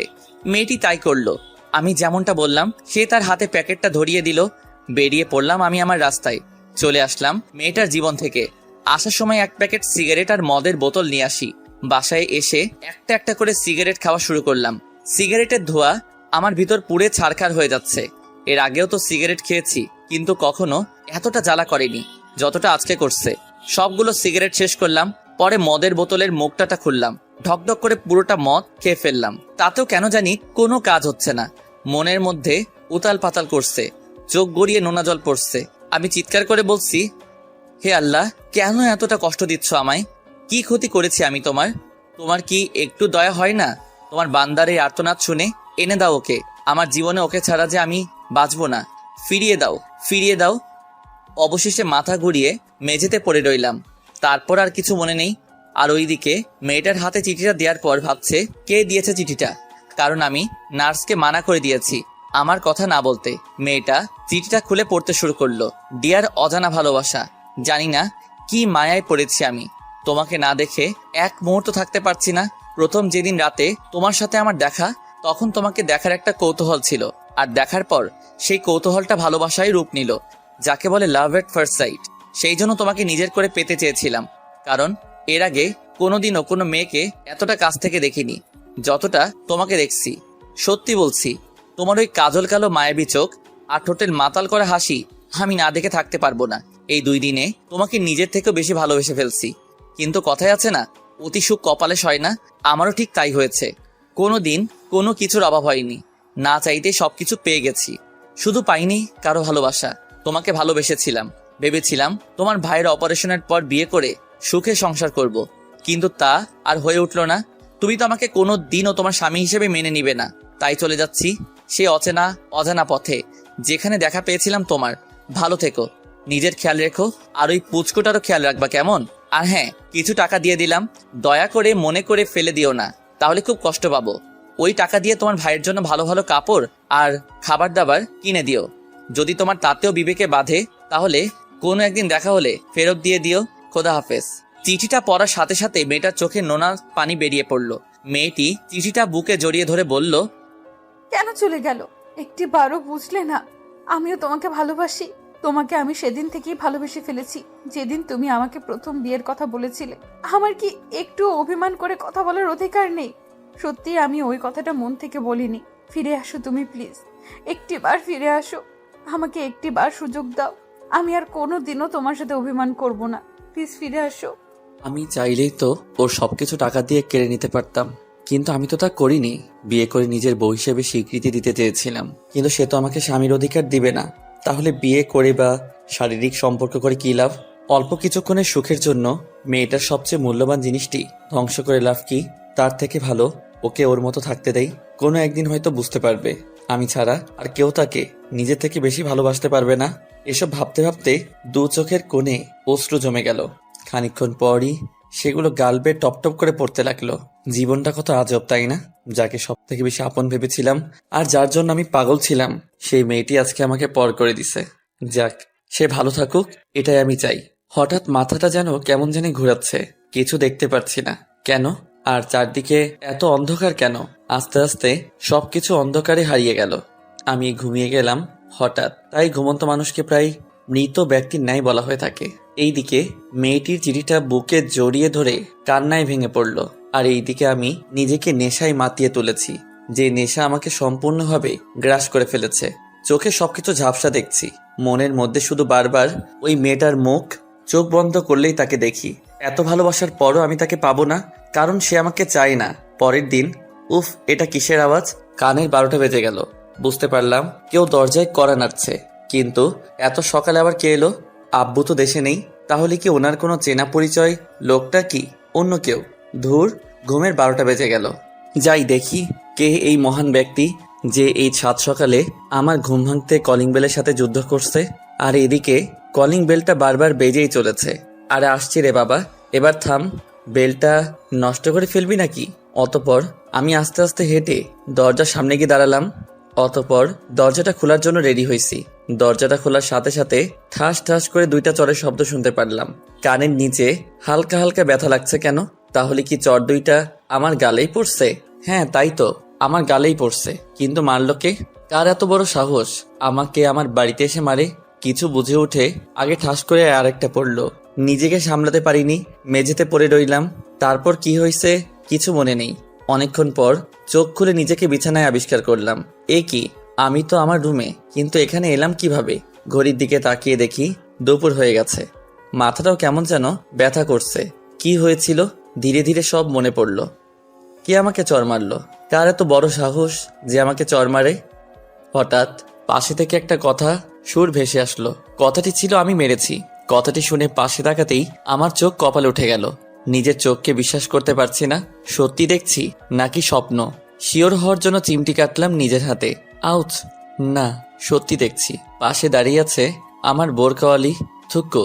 আমার না কার তাও জানি না, যারই হোক, কিন্তু ও এখানে কিভাবে এলো? আমার বাসায় তো ওকে আগে কখনো নিয়ে আসিনি। তাহলে বাড়ির খোঁজ পেল কিভাবে? কয়েক মুহূর্তের জন্য বাক শক্তি হারিয়ে ফেলি। একটা ঘোরের মধ্যে নিজেকে স্থাপন করি। মেয়েটার গলার আওয়াজ শুনেই ঘোর কেটে গেল। কি হলো? কি ভাবছো? আমি তো থ মেরে গেলাম।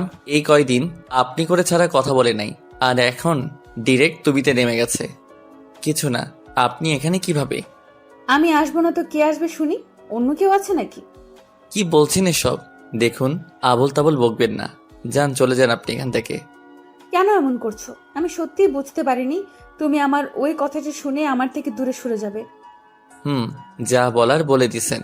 আমিও চলে এসেছি আপনার জীবন থেকে। আপনি এটাই চেয়েছিলেন, তাই তো? প্লিজ বিশ্বাস করো, আমি এটা কখনো চাইনি। আমিও যে তোমাকে ভালোবাসি। ভালোবাসেন আপনি আর আমাকে? How funny! আপনার কাছে ভালোবাসা একটা খেলনা হতে পারে, আমার কাছে না।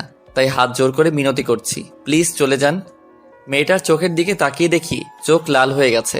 কেন তা এখনো অজানা। আর দেখি চোখ বেয়ে নোনা পানি ঝরছে। সত্যি বলছি, বিশ্বাস করো।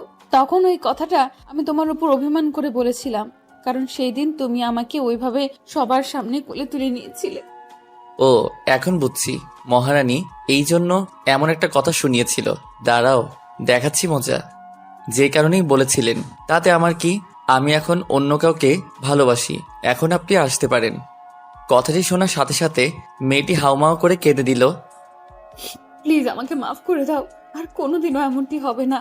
শেষবারের মতো একটা সুযোগ দাও, আর কোনোদিনও তোমাকে কষ্ট পেতে দিব না। সরি, অনেক দেরি হয়ে গেছে, এখন আপনি আসতে পারেন। মেয়েটি এক পর্যায়ে আমার পা জড়িয়ে ধরে কেঁদে ফেলল। প্লিজ আমাকে মাফ করে দাও। আমাকে যা শাস্তি দিবে তাই মাথা পেতে নিব, তবুও আমাকে একটি সুযোগ দাও। যা বলবে তাই করব, কিন্তু আমাকে ওইভাবে দূরে ঠেলে দিও না। আমি যে তোমাকে বড্ড বেশি ভালোবাসি, বিশ্বাস করো। কথাটি শোনার পর বুকের ভেতরটা কেন জানি দুমড়ে মুচড়ে গেল। না, আর বাড়াবাড়ি করা ঠিক হবে না। এতে ওর শরীরের ক্ষতি হতে পারে। একদিনে চেহারার কি হাল করেছে।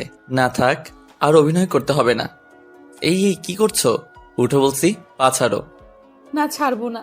প্লিজ আমাকে মাফ করে দাও। দরকার হলে আমি সারা জীবন তোমার চাকরানি হয়ে থাকবো, তবুও আমাকে তাড়িয়ে দিও না। কথাটা শুনে ভীষণ রাগ উঠল। চাকরানি করার জন্য কি ভালোবেসেছি নাকি আবাল মাইয়া? ওই উঠ বলছি, পা ছাড় আমার, না হলে এখনই ঘাড় ধাক্কা দিয়ে বাড়ি থেকে বের করে দিব।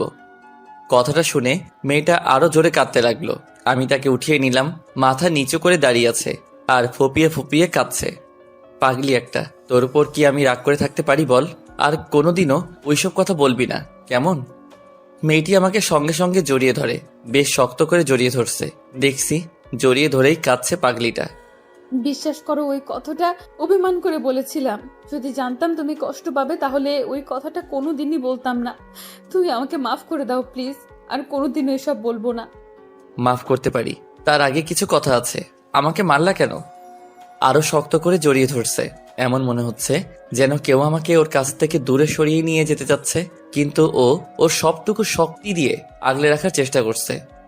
আমাকে ছেড়ে চলে এসেছিলে কেন? জানো কালকে সারা রাত ঘুমাইনি, তোমার কথা ভেবে কাঁদছি। আর জানো, আমার ভাইয়ের যখন অপারেশন চলছিল তখন তোমাকে অনেক খুঁজেছি।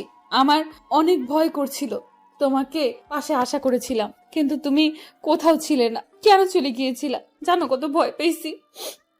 এর জন্য কি 3টা চড় মারার দরকার ছিল? বেশ করেছি। এরপর চলে যাওয়ার কথা বলে ঠ্যাং ভেঙে ঘরে বসিয়ে রাখবো। ওরে বাবারে, কি বলছো এসব? তাহলে তো কোথাও যেতে পারবো না দেখছি। কোথাও যেতে দিলে তো যাবে। কিন্তু আমার একটা শর্ত আছে, মানলে থাকবো, না মানলে এখনই চলে যাব। মেয়েটি আমাকে ছেড়ে দিল। কি শর্ত বলো? যা বলবে তাতেই রাজি, তবুও ছেড়ে যাওয়ার কথা বলবে না। সত্যি যা বলবো তাই করবা? করব। বলো কি করতে হবে? আমাকে চড় মারছো, এর জন্য শাস্তি পেতে হবে। যা শাস্তি দেবে মাথা পেতে নেব। বলো কি শাস্তি প্রাপ্য আমার? আমি একটা শয়তানি হাসি দিয়ে বলি, যে চড়গুলো মারছো অনেক ব্যথা পাইছি। এর শাস্তি হলো আমি যতক্ষণ চাইবো ততক্ষণ কিস করতে হবে আমাকে। যা দুষ্টু, খালি শয়তানি বুদ্ধি। করবা কিনা বলো? পারবো না। তাহলে গেলাম বাই বলেই পেছন মুখ ফিরে হাঁটা শুরু করলাম। তখনই পেছন থেকে মারলো এক টান। ওপাশ ফিরতেই মেয়েটা আমার ঠোঁটের সাথে তার সুন্দর ঠোঁটজোড়া মিলিয়ে দিয়ে ধরে রাখলো। দুইজনে সুখের রাজ্যে হারিয়ে গেলাম। প্রায় 10 মিনিট পর ছেড়ে দিল। আমি তো শেষ, আমার দম যায়। আর এদিকে তাকিয়ে দেখি মেয়েটা হাসছে। আমি অবাক না হয়ে পারছি না। আমার অবস্থা খারাপ হয়ে গেছে, আর ওর কিছুই হয়নি। ওই হাসছো কেন? তোমার অবস্থা দেখে। পাজি মেয়ে একটা। এই আমি পাজি না, বুঝছো? যা চাইছো তাই দিছি, আরো লাগলে বলো। না থাক। আচ্ছা, আমার গালটা লাল হয়ে গেছে আর কানের পাশে এখনো ব্যথা করছে। কি খাও বলো তো? এত জোরে কেউ থাপ্পড় মারে? কই দেখি দেখি, কোথায় ব্যথা করছে দেখি। এই তো গালে। ও সত্যিই অনেক জোরে লাগছে। আচ্ছা, ওষুধ দিচ্ছি। মেয়েটার সাথে সাথে আমার 2 গাল কিস করে ভরিয়ে দিল। এটা কি ওষুধ দিলা? মিষ্টি ওষুধ। কেন, ভালো লাগে নাই? আরো লাগবে নাকি? তোমার একটু শরম করে না বুঝি? কেন শরম করবে শুনি? আমি আমার স্বামীকেই তো দিছি, এতে শরমের কি আছে? তোমাকে আর বিয়েই করব না। বিয়ের আগে এত মারলা, বিয়ের পর না জানি আমার কি অবস্থা করবে। সমস্যা নাই, আদরও বেশি বেশি করব। আমার স্বামীকে আমি মারবো, তাতে তোমার কি? যাও, তাহলে তোমাকে বিয়েই করব না। মুখ ফিরিয়ে নিলাম। মেয়েটা আমার গালে হাত দিয়ে তার দিকে ঘুরিয়ে নিল। কাকে বিয়ে করবে শুনি? অন্য কাউকে। কথাটা শুনে রাগে ফুলে গেছে। অন্য কাউকে মানে কাকে? নাম কি তার? থাকে কোথায়? তোমাকে বলবো কেন? আমার কলার টেনে। কাকে বলবি শুনি? কাউকে না। মারলো এক চর। বলেন তো, এইভাবে চর খেলে কতদিন আর সংসার করা যাবে? না, এই মেয়েকে দেখছি বিয়েই করা যাবে না। অন্য মেয়ের কথা মুখে কেন? তোর মাথায় আসলেও তোর মাথা কেটে ফেলে দিব। ওলে বাবালে বললেই হলো। দেখ, ভালো করে বলছি, শুনে নে।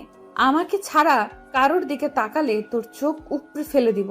আমি কি দেখতে কম সুন্দর নাকি বাকি মেয়েদের থেকে? অন্যদের কাছে থেকে যা নিতে চাস তা কি আমার কাছে নেই? তোর যা ভালোবাসা লাগবে আমাকে বলবি, আমি দিব। তবুও অন্য কোনো মেয়ের নাম মুখে আনবি না। যদি আনিস তো তোর মুখ সেলাই করে দিব। আমি তো মেরে গেলাম। কি গুন্ডি মেরে বাবা, বিয়ের আগে এত শাসন করছে, না জানি বিয়ের পর কি হাল করে ছাড়বে, আল্লাহ জানে। তবে মনে মনে এটা ভেবে খুব খুশি যে মেয়েটা আমাকে তার জীবনের থেকে বেশি ভালোবাসে, তাই তো এমন রাগ দেখায়। আচ্ছা, বলবো না। সাথে সাথে মেয়েটা আমাকে জড়িয়ে ধরে কেঁদে দিল। আমাকে কোনোদিনও ছেড়ে যাবে না তো? আমিও তাকে শক্ত করে জড়িয়ে ধরি। না। সত্যি তো? কথা দাও, যতই ঝগড়া হোক, যাই বলি না কেন আমাকে ছেড়ে যাবে না? কারণ আমি রাগের মাথায় কি সব বলি তা আমি নিজেই জানি না। আচ্ছা, যাব না, প্রমিস। ওর কপালে আলতো করে একটা ভালোবাসার পরও সেঁকে দিলাম। আচ্ছা, তুমি এখানে কি করে এলে? আর আমার বাড়ি বা ঠিকানা পেলে কিভাবে? ডাক্তার আঙ্কেলের কাছ থেকে তোমাদের বাড়ির ঠিকানা নিয়ে সকালে সোজা চলে এসেছি। ও আচ্ছা, ভালো করেছো। তা আমার শালাবাবুটা কোথায়? এখন কেমন আছে? এই, একদম শালা বলে ডাকবা না বলে দিলাম। শালাকে শালা বলে ডাকবো না তো কি বলে ডাকবো শুনি? তনয় বলে ডাকবা। আচ্ছা, কিন্তু ও এখন কেমন আছে? আর ওকে কি বাড়িতে নিয়ে গেছো? না, এখনো হসপিটালে আছে। আর এখন আগের থেকে অনেক ভালো আছে। তোমার কথাও কয়েকবার জিজ্ঞাসা করেছিল। আমি বলছি তুমি কাজে ব্যস্ত। যাক, শালার তাহলে দুলাভাইয়ের প্রতি টান আছে দেখছি। আবার? আচ্ছা যাও, ফ্রেশ হয়ে আসো। আবার হসপিটালে যেতে হবে তো। তুমি ফ্রেশ হবে না? হব। যাও, তুমি আগে ফ্রেশ হয়ে আসো। না, তুমি চলো আমার সাথে, একসাথে ফ্রেশ হব।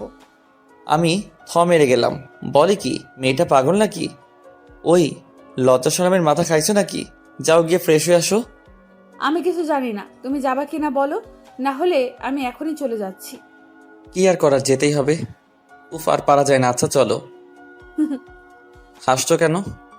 আমাকে কোলে নাও। কি বলছো? দেখো, এবার কিন্তু বেশি বেশি হইতাছে। বেশির কি দেখলে? হ্যাঁ, সবে তো মাত্র শুরু। এরপর সামনে আরো অনেক অত্যাচার সহ্য করতে হবে যে তোমাকে। আমি আর কি বলবো, বলার মতো ভাষা খুঁজে পাচ্ছি না। সত্যি মনে হয় হেতি পুরাই পাগল। কি আর করার, অবশেষে ওকে কোলে করে নিয়ে যেতে হলো। আজকে মনে হয় আটার বস্তার পেটে খাবার পড়েনি, কেমন হালকা হালকা লাগছে। ওজন কমে গেল নি। অবশেষে দুজনে ওয়াশরুমে ঢুকলাম। তারপর যা ঘটেছে তা ইতিহাস। অতপর দুইজনে ফ্রেশ হয়ে বেরিয়ে এলাম। আমার দিকে তাকিয়ে মেয়েটা শয়তানি হাসি দিচ্ছে। আমার কিছু একটা ঘটকা লাগছে, তাই কিছু বললাম না। আমি রেডি হওয়ার জন্য আমার রুমে কাপড় পরতেছি, এমন সময় হুট করে মেয়েটা সামনে এসে দাঁড়ালো। আমি লজ্জায় মাথা ঘুরিয়ে নিলাম। ওই, তুমি এখানে কেন? দেখছো না আমি রেডি হচ্ছি? তাই তো দেখছি। আমি ঝটপট করে রেডি হয়ে নিলাম।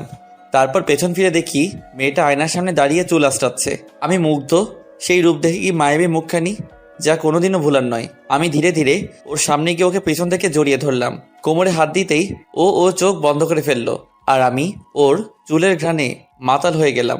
ধীরে ধীরে কানের কাছে আমার মুখটা নিয়ে বললাম, আই লাভ ইউ।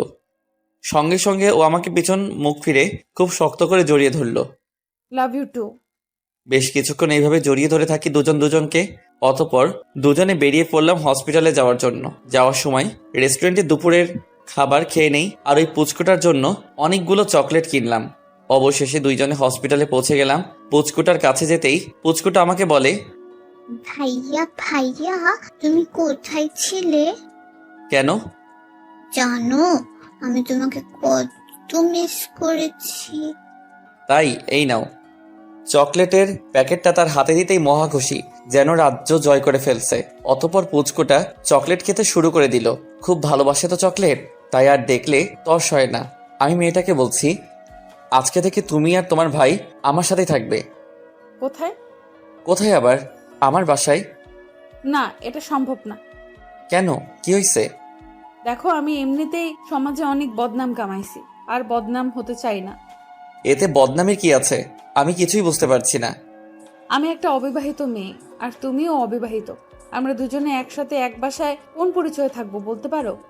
ও আচ্ছা, এই কথা। চিন্তা করো না, আমি এখনই এর ব্যবস্থা করছি।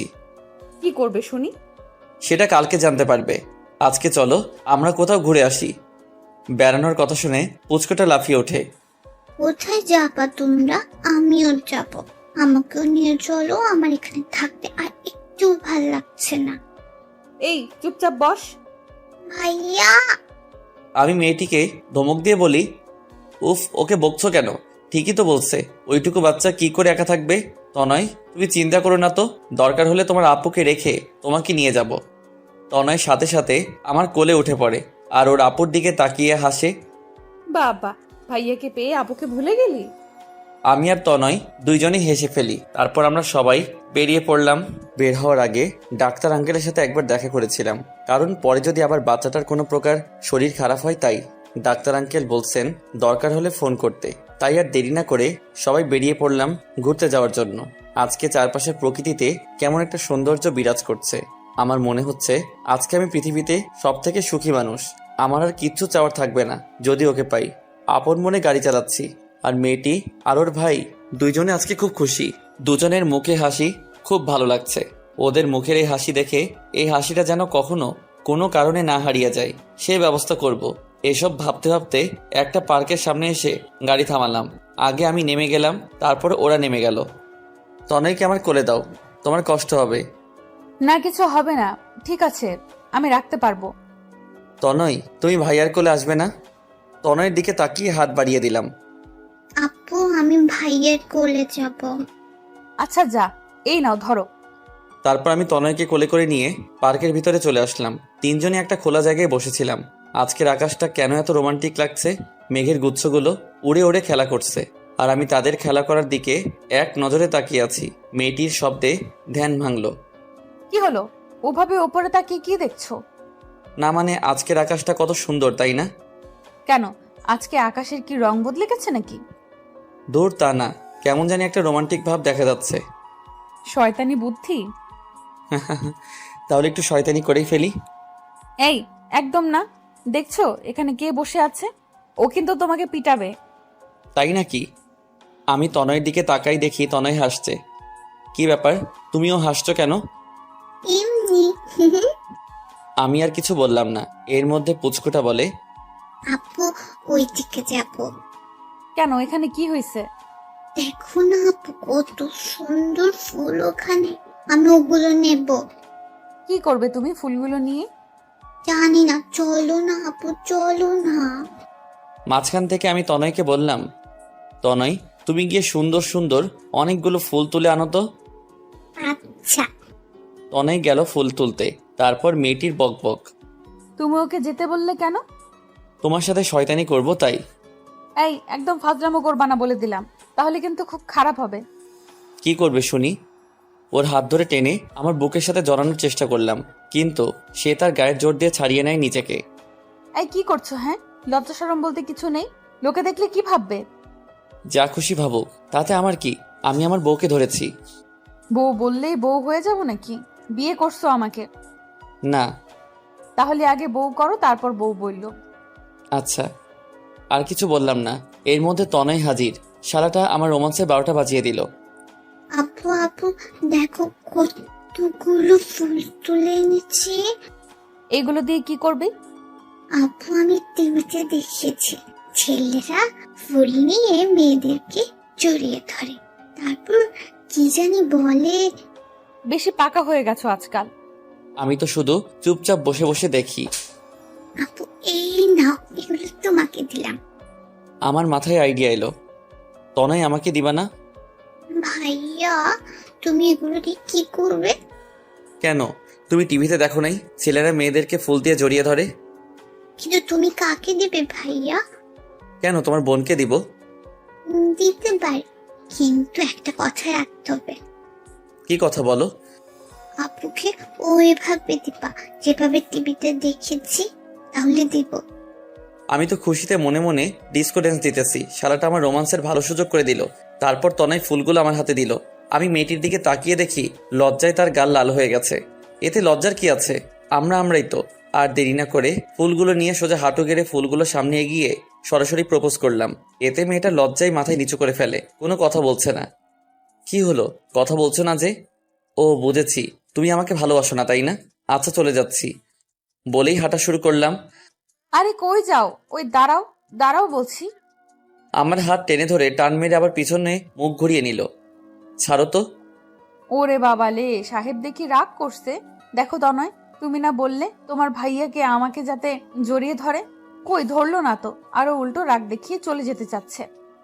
ভাইয়া তুমি তোমার কথা রাখবে না, না হলে কিন্তু আর তোমার সাথে ঘুরতে আসবো না। আপুকে জোরে ধরো বলছি। আমি তো পুরাই টাসকি খেয়ে গেলাম। আর কিছু না বলে সাথে সাথে মেয়েটিকে জড়িয়ে ধরলাম। কি মজা, কি মজা! ভাইয়া আপুকে জড়িয়ে ধরেছে। আমরা দুজনেই চুপ করে আছি। কিছুক্ষণ পর মেয়েটা বলল, এবার ছাড়ো। না। উফ, কেউ দেখে ফেলবে তো, ছাড়ো বলছি, ছাড়ো। দেখুক। কিছুক্ষণ পর ছেড়ে দেই। কিছু খাবে নাকি এখানে এইভাবে থাকবে? না, আমি কিচ্ছু খাবো না। তনয়, তুমি কিছু খাবে? চকলেট খাবো। আচ্ছা চলো। অবশেষে সবাই একটা দোকানের সামনে গেলাম। তনয়কে চকলেট কিনে দিলাম। তারপর আমি বললাম, তুমি ওকে নিয়ে একটু দাঁড়াও, আমি একটা ফোন করে আসছি। আচ্ছা। অতপর আমি ফোন করতে একটু সাইডে চলে গেলাম, আর মেয়েটা আর তনয় দুজনেই দাঁড়িয়ে রইল। আমি ফোন করলাম আমার সব বন্ধুদের। সবাইকে কালকে সকালে আমার বাসায় আসতে বললাম। তারা জিজ্ঞেস করেছিল কেন। আমি তাদের বলেছি আমি একটা মেয়েকে ভালোবাসি আর তাকে কালকে বিয়ে করতে চাই। তারা সবাই খুব খুশি। তারা বলে কালকে সকালে ঠিক টাইমে পৌঁছে যাবে। আমি আর কিছু না বলে ফোন কেটে দিলাম। তারপর চলে গেলাম ওদের কাছে। চলো যাই। কোথায়? চলো তো, এত কথা বলো কেন? মেয়েটি আর কিছু না বলে হাঁটা শুরু করলো আমার সাথে, আর পুচকুটা চকলেট খাচ্ছে মনের সুখে।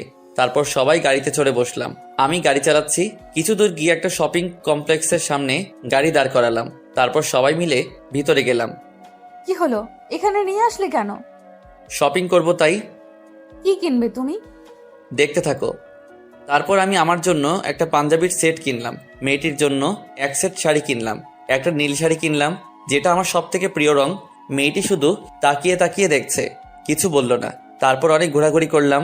তনয় ঘুমিয়ে পড়ছে। ওর আপুর কোলে আমি গাড়ি চালাচ্ছি। একটু পর দেখি মেয়েটাও চোখ বন্ধ করে ফেলছে। সারাদিন অনেক ঘোরাঘুরি করছে, তাই হয়তো ঘুমিয়ে পড়ছে। যাই, ওদের আমার বাসায় নিয়ে যাই। ঘুমিয়ে আছে, ঘুমিয়ে থাক। জেগে থাকলে কোনোদিন আমার সাথে আমার বাড়িতে যেত না। তারপর চলে আসলাম আমার বাড়িতে। দারোয়ান কাকা গেট খুলে দিল। আমি গাড়ি থেকে নেমে দারোয়ান কাকাকে বলে দিলাম কালকে সকালে আমার বন্ধুরা আসবে, তাদের ভিতরে পাঠিয়ে দিতে। আচ্ছা। তারপর আমি আগে তনয়কে ভিতরে আমার রুমে নিয়ে গিয়ে শুইয়ে দিয়ে আসি। এসে তারপর মেয়েটাকে ভিতরে নেওয়ার জন্য কোলে তুলে নিলাম। তার ঘুমন্ত চেহারা দেখে আমি বারবার তার উপর ক্রাশ খাই। সত্যি খুব মায়াবী চেহারা। এই মুখটা না দেখে একদিনও থাকা আমার জন্য অনেক কষ্টকর।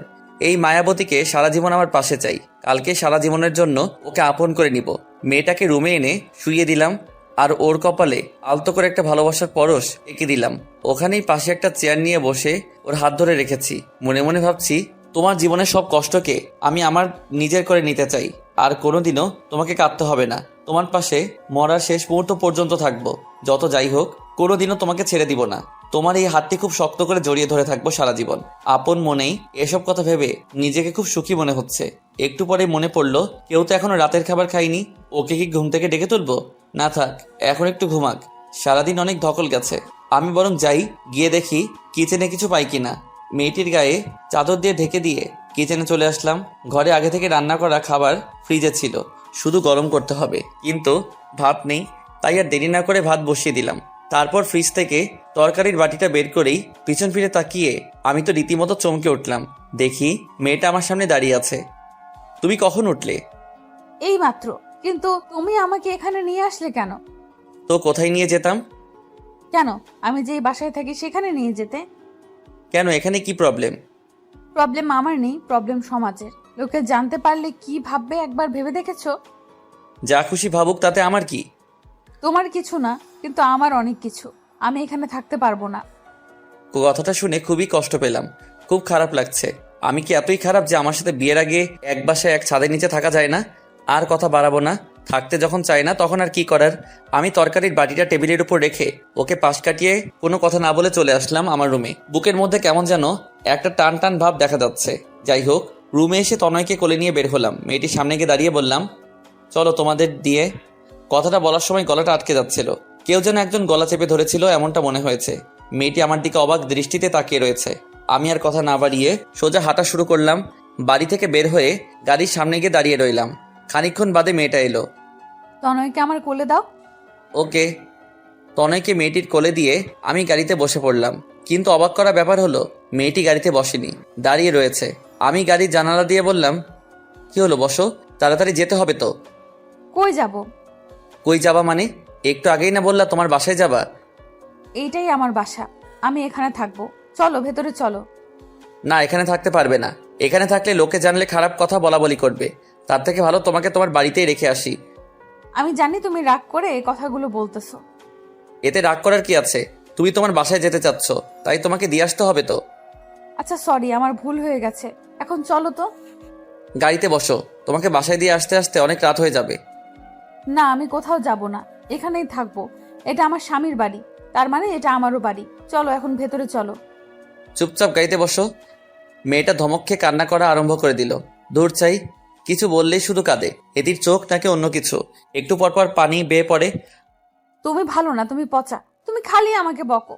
আমি বুঝেছি তুমি আমাকে ভালোই বাসো না। আমার আর কিছু বলার নেই। মাঝে মাঝে মেয়েটা এমন সব কথা শোনায় যার উত্তর আমার কাছে নেই। আমি গাড়ি থেকে নেমে ওর সামনে গিয়ে দাঁড়াই। ঢং করো। হইছে আর ঢং করতে হবে না, চলো ভেতরে চলো। মেয়েটার মুখে হাসির ছাপ দেখে আমারও মুখে হাসি ফুটে উঠল। সত্যি কোনো মেয়েদেরকে কোনো ছেলে কোনোদিনই বুঝতে পারবে না। আসলে মেয়েরা মাঝে মাঝে কি চায় তা তারা নিজে জানে না। এই নাও, তোমার ভাইকে কোলে নাও। এই তনয় আমার ভাই না, আমার শালা। মায়ের খাবা কিন্তু এটা বললে। কেন? এমনি। আচ্ছা চলো ভেতরে চলো তো, আমার খুব ক্ষুধা লাগছে। তাড়াতাড়ি চলো না প্লিজ। আচ্ছা চলো।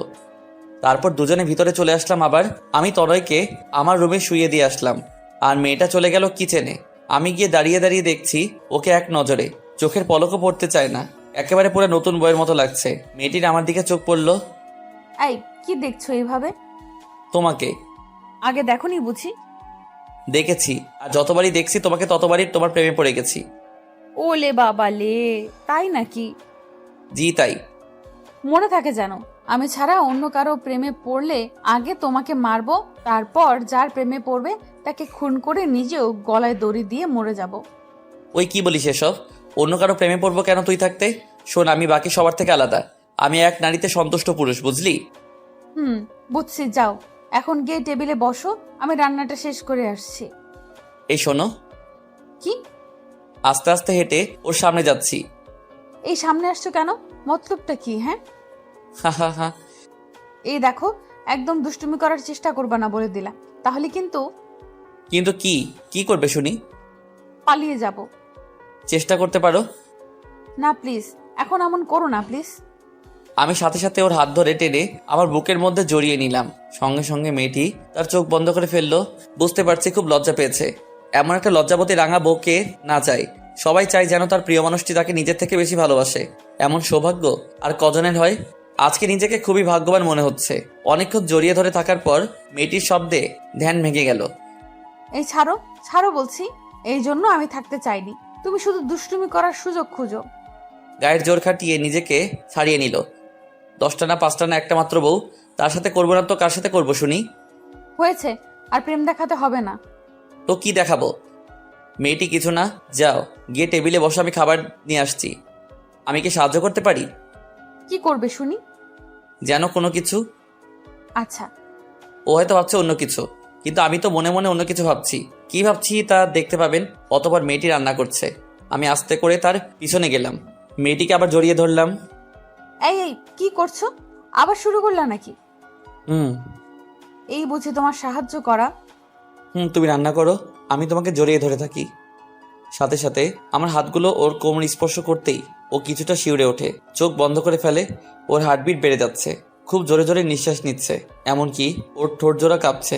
ইচ্ছে করেছিল একটা কিস করতে, কিন্তু তা করিনি। নিজেকে সামনে নেই। আমার হার্টবিট দ্বিগুণ বাড়ছে, কেমন যেন লাগছে। প্লিজ লক্ষ্মীটা ছেড়ে দাও। আমার আর বুঝতে বাকি রইল না, ও পুরোপুরি আমার নেশায় ডুবে যাবে যদি বেশিক্ষণ জড়িয়ে ধরে থাকি। তাই আমিও নিজেকে কন্ট্রোল করে রাখলাম, ছেড়ে দিলাম ওকে। মেয়েটি লজ্জায় মাথা তুলতে পারছে না। মন ভরছে, এখন যাও গিয়ে টেবিলে বসো। আর যদি দুষ্টুমি করার চেষ্টা করো তাহলে কিন্তু এই খুন্তি দিয়ে ছাকা দিব। আমাকে ছ্যাঁকা দিলে আমার থেকে বেশি কষ্ট তুমি পাবে, তা আমি জানি। দুর্বলতা জেনে গেছো তাহলে? আচ্ছা শোনো। কি? না মানে কি বলো? তোমাকে না আজকে বউ বউ লাগছে। তবে রে। খুন্তি নিয়ে আমার দিকে আসতেই লাগলো। আমি দিলাম দৌড়। দৌড়ে গিয়ে খাবার টেবিলে বসে রইলাম। কিছুক্ষণ পর মেয়েটা খাবার নিয়ে এলো। আমাকে খাবার বেড়ে দিয়ে আবার সে আগের মতো একপাশে দাঁড়িয়ে রইল। কি হলো, দাঁড়িয়ে রইলে যে খাবে না? তুমি আগে খাও, তারপর খাবো। না খাবো না, তুমি বসো এখানে।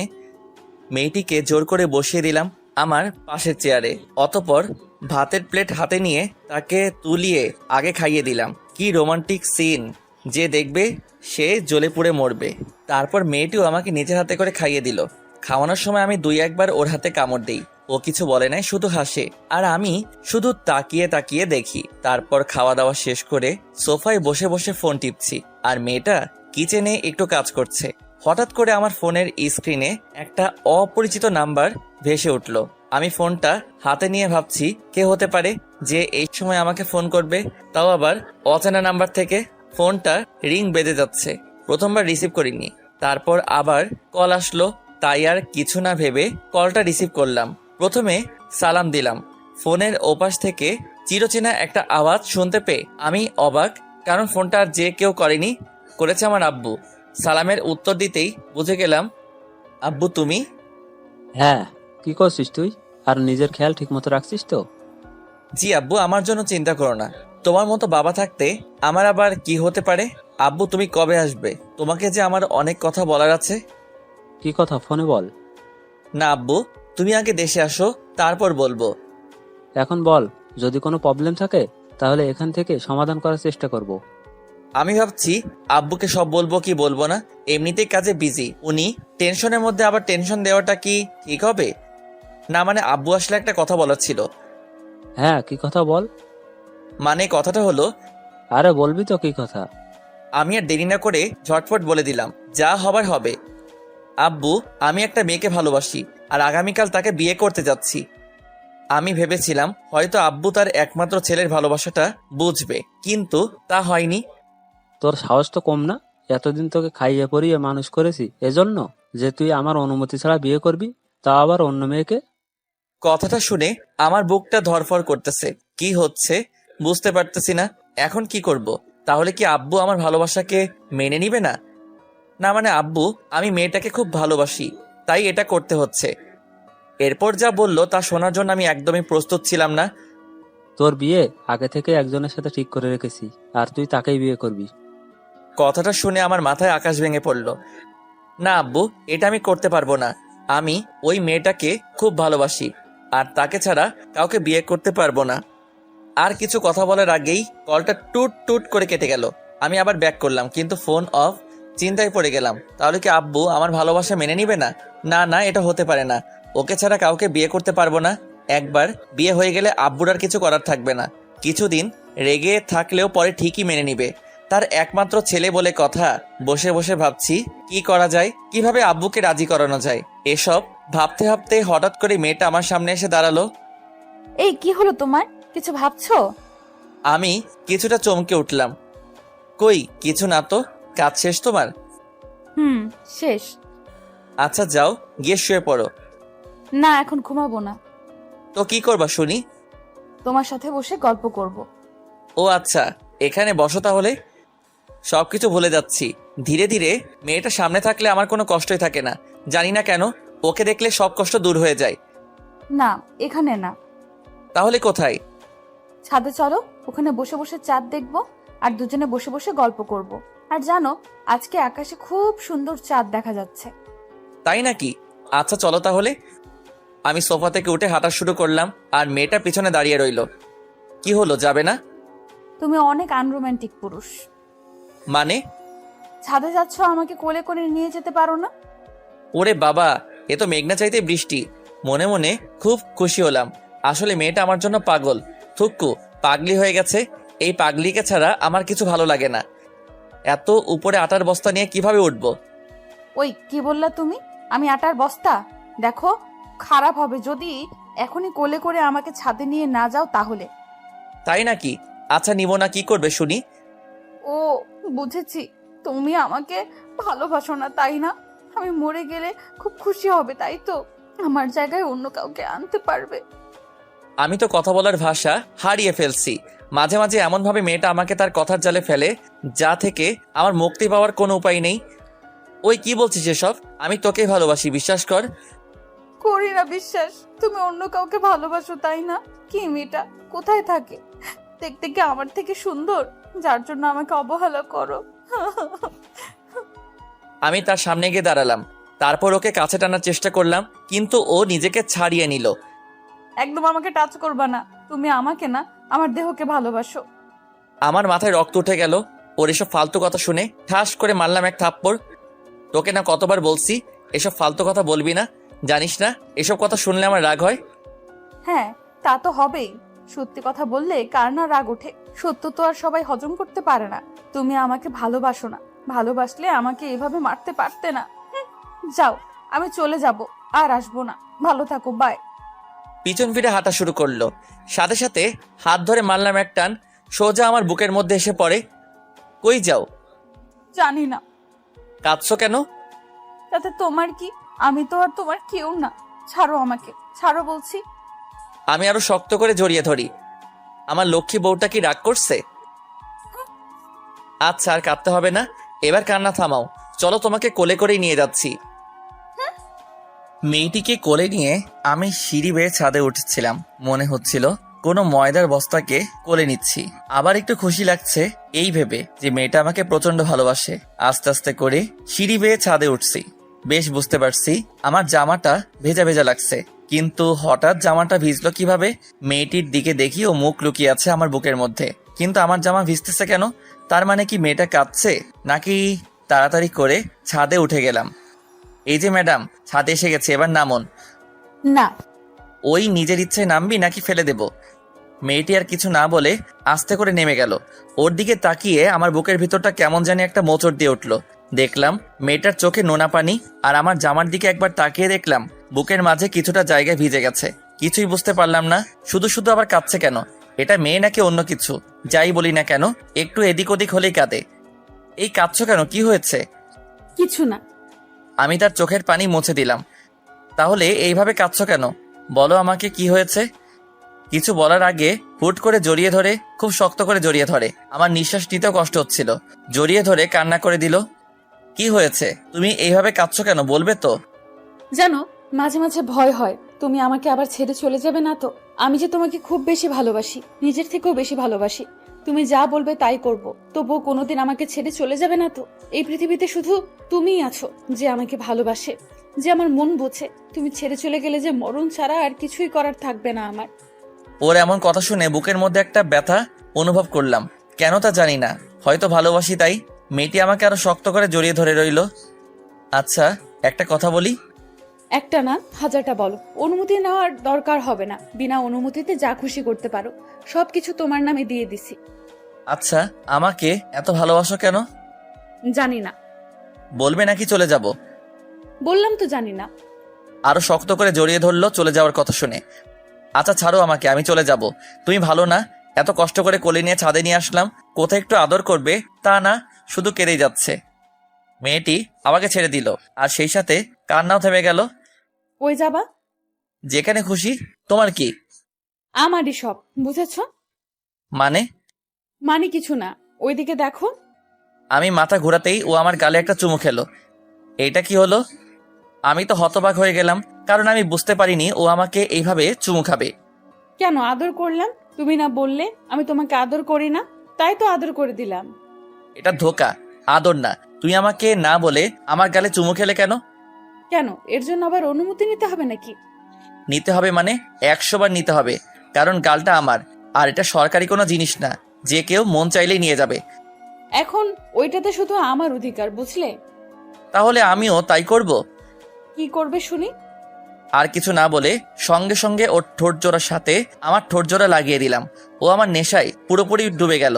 প্রায় 10 মিনিট পর ছেড়ে দিলাম। দুজনেই হাঁপাচ্ছি। তুমি ভালো না, তুমি পচা। এইভাবে কেউ হুট করে কিস করে নাকি? যদি মরে যেতাম? আমি আছি তো, আবার কিস দিয়ে বাঁচিয়ে দিতাম। লুচু কোথাকার, আমাকে যা করার করবে, কিন্তু অন্য মেয়ের নামও মুখে আনবে না, কেমন? আচ্ছা। পরে দুজনেই ছাদে রাখা দোলনার উপরে বসে দোল খাচ্ছিলাম আর চাঁদের আলো উপভোগ করছিলাম। আজকে চাঁদেরও হিংসা হচ্ছে আমাদের দেখে, তাই ধীরে ধীরে চাঁদটাও মেঘের আড়ালে হারিয়ে গেল। অনেক রাত পর্যন্ত দুজনে বসে গল্প করছি। তারপর আবার রুমে আসার আগে সেই আগের বায়না ধরলো, কোলে নিতে হবে, না হলে রুমে যাবে না।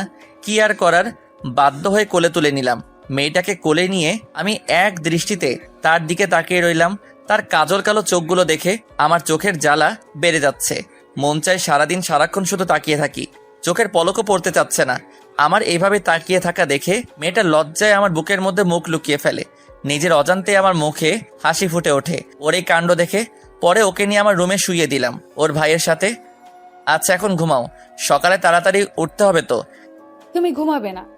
হ্যাঁ ঘুমাবো তো। আমি ওইখানে সোফায় ঘুমাই, তুমি খাটে ঘুমাও। এত বড় খাট থাকতে সোফায় ঘুমাবে কেন?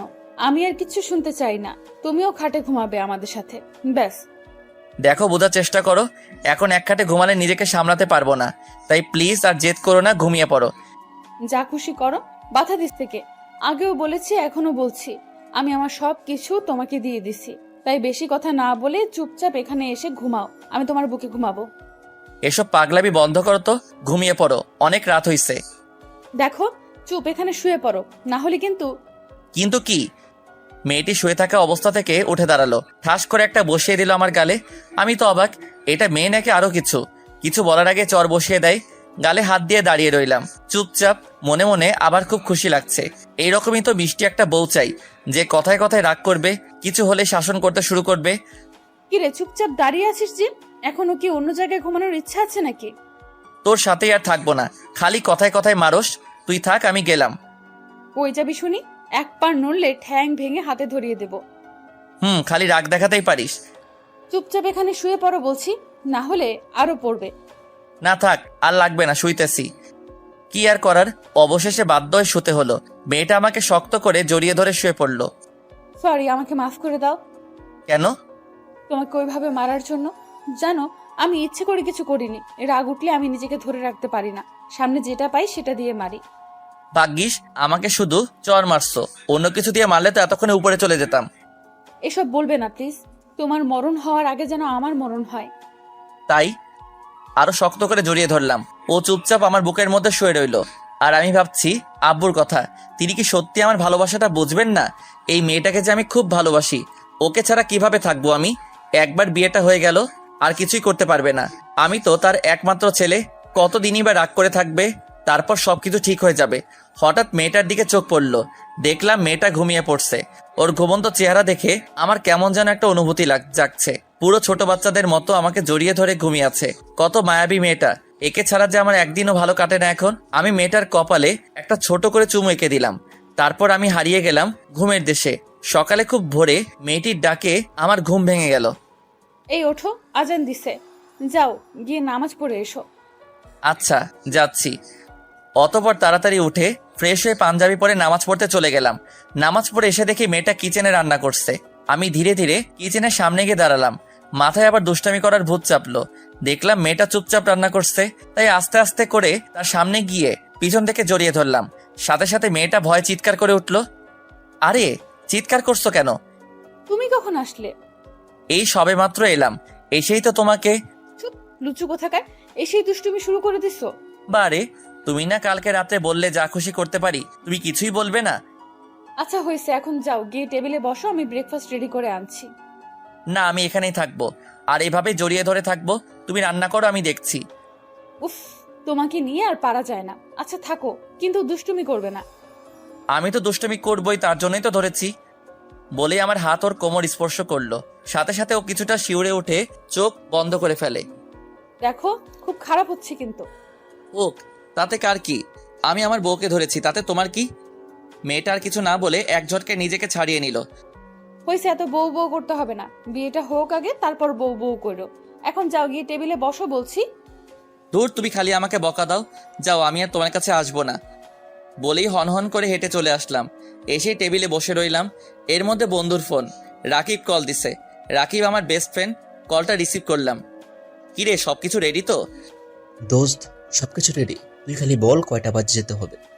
10টা বাজে। সবাই জায়গা মতো এসে পড়িস, আর বাকিদেরও সাথে করে নিয়ে আসিস, কেমন? আচ্ছা, তুই চিন্তা করিস না, আমরা সবাই ঠিক সময় চলে আসবো। আর শোন, লামিয়া আর বৃষ্টিকে আমার বাড়িতে পাঠিয়ে দিস ওকে রেডি করানোর জন্য। লামিয়া আর বৃষ্টি ওরাও আমার বেস্ট ফ্রেন্ড। আচ্ছা, কিন্তু দোস্ত, ভাবি দেখতে কেমন? গেলেই দেখতে পাবি। এখন রাখ, ঠিক সময় মতো চলে আসিস। আচ্ছা। ফোন কেটে দিলাম। কিছুক্ষণ পর মেয়েটা এলো। আমি ভাবলাম সবকিছু শুনে ফেললো নাকি। না, তা কিভাবে হবে? ও তো কিচেনে ছিল, ও কিভাবে শুনবে? ম্যাডামের ব্রেকফাস্ট এতক্ষণে রেডি হয়েছে তাহলে। নাও খাওয়া শুরু করো। তনয় কোথায়? ও খাবে না? ও এখনো ঘুমাচ্ছে, তুমি খেয়ে নাও। ও উঠলে আমি ওকে খাইয়ে দেবনি। তুমি খাবে না? আমি পরে খাবো, তুমি আগে খেয়ে নাও। না, তুমি এখন খাবে আর আমাকে নিজের হাতে খাইয়ে দিবে, না হলে আমিও খাবো না। সব সময় তো জেদ করো কেন তুমি? নিচে তুলে খেতে পারো না? না, খেতে পারি না। হইছে, যাও, খাবো না, তুমি একাই খাও। বলেই উঠে পড়লাম টেবিল থেকে। আরে আরে কই যাও, বসো বলছি। না। আচ্ছা বসো, খাইয়ে দিচ্ছি, আর ঢং দেখাতে হবে না। খুশি মনে বসে পড়লাম আর ও আমাকে তুলে খাইয়ে দিতে লাগলো। আমিও তাকে নিজের হাতে তুলে খাইয়ে দিলাম। খাওয়া দাওয়া শেষ হতেই তনয়ের গলার আওয়াজ শুনতে পেলাম পাশের রুম থেকে, কারণ আমার রুমটা নিচে। তনয় আপু আপু করে ডাকছে। মেয়েটা টেবিল থেকে উঠে তাড়াতাড়ি দৌড়ে গিয়ে ওর ভাইকে কোলে নিয়ে রুমের বাইরে আনলো। উঠে গেছে শালা বাবু, হা হা হা। এই চুপ, কি বলছো? হ্যাঁ, ও কিন্তু তোমাকে পিটাবে, তাই না তনয়? তনয় চোখ কসলিয়ে বলল, হুম।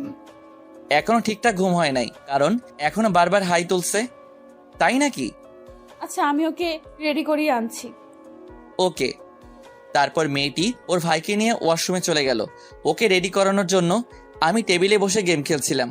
কিছুক্ষণ পর মেয়েটা ওর ভাইকে রেডি করে আনলো। তারপর টেবিলে বসে তনয়কে নিজের হাতে তুলে খাইয়ে দিল। সবার খাওয়া দাওয়া শেষ, প্রায় 9টা বেজে গেছে আর এখনো মেয়ে দুইটা এলো না। কি করছে কে জানে। হঠাৎ করে কলিং বেল বাজতে শুরু করলো। বুঝতে পারলাম লামিয়া আর বৃষ্টি এসেছে, তাই তাড়াতাড়ি করে দরজার সামনে গেলাম। আর তনয় এবং মেয়েটা বসে বসে গল্প করছে। আমি দরজা খুলে দিলাম, দুজনেই চলে আসছে। এর মধ্যেই লামিয়া বলে, কি রে, তুই দরজা খুললি কেন? ভাবি কই? ভিতরে আছে, আয়। তাহলে তুই সামনে দাঁড়িয়ে আছিস কেন? সর সামনে থেকে। ওকে সরলাম, আয়। আর কিছু বললাম না, দুজনে ভেতরে ঢুকে পড়লো। তাদের পিছনে পিছনে আমিও ভিতরে গেলাম। মেয়েটা লামিয়া আর বৃষ্টিকে দেখেই সাথে সাথে দাঁড়িয়ে গেল। এরা কারা? এরা হচ্ছে আমার বেস্ট ফ্রেন্ড, ও লামিয়া আর ও বৃষ্টি। ও তাই? আর মাঝখান থেকে বৃষ্টি বলে, দোস্ত, ভাবি কিন্তু খুব সুন্দর। আর লামিয়াও একই কথা বলল। দেখতে হবে তো চয়েসটা কার। এসব কথা শুনে মেয়েটা মুচকি মুচকি হাসছে। দোস্ত যা, তোরা ওকে রেডি করে নিয়ে আয়। রেডি করাবে মানে? কোথায় নিয়ে যাবে আমাকে? গেলেই বুঝতে পারবে। এখন যাও, তৈরি হয়ে নাও। দোস্ত যা, তোরা ওকে রেডি করে আন। অতপর মেয়েটি আর কোনো আপত্তি না করে লামিয়া আর বৃষ্টির সাথে চলে গেল পাশের রুমে। আমি তনয়কে কোলে করে নিয়ে পায়ে চারি করছি। ভাইয়া, আমরা কি আজকেও বাইরে যাব? যাবো তো, তোমার আপু রেডি হয়ে আসুক তারপর। কি মজা, কি মজা! আজকেও চকলেট খাবো। খাবে তো। আমার মনের মাঝে কেমন একটা ফিলিংস কাজ করছে। একটু ভয় হচ্ছে আব্বুর জন্য, কারণ ওনার বারণ করা সত্ত্বেও আমি এই বিয়েটা করছি। না জানি কি দুর্ঘটনা ঘটে। আব্বু এমনিতেই প্রেশারের রোগী, যদি একটা অঘটন ঘটে তাহলে নিজেকে কোনোদিনও ক্ষমা করতে পারবো না। কিছুক্ষণ পর মেয়েটা আর বন্ধুগুলো বেরিয়ে এলো। মেয়েটাকে দেখে আমার চোখ কপালে উঠে যাওয়ার মতো অবস্থা। আমার কেনা সেই নীল শাড়িটা ওকে পরানো হয়েছে, এত সুন্দর লাগছে যে বলার মতো ভাষা খুঁজে পাচ্ছি না। পুরো নীল পরীদের মতো দেখতে। আপনারা কেউ আবার নজর দিয়েন না, ওইটা বুকিং হয়ে গেছে। কি রে, ওইভাবে হা করে তাকিয়ে কি দেখছিস? বল, কেমন সাজাইলাম ভাবিকে? বলার মতো ভাষা খুঁজে পাচ্ছি না যে কি বলতাম। থাক, তোর কিছু বলতে হবে না। পরে বউকে পেয়ে আবার আমাদের ভুলে যাস না যেন। কি যে বলিস না তোরা।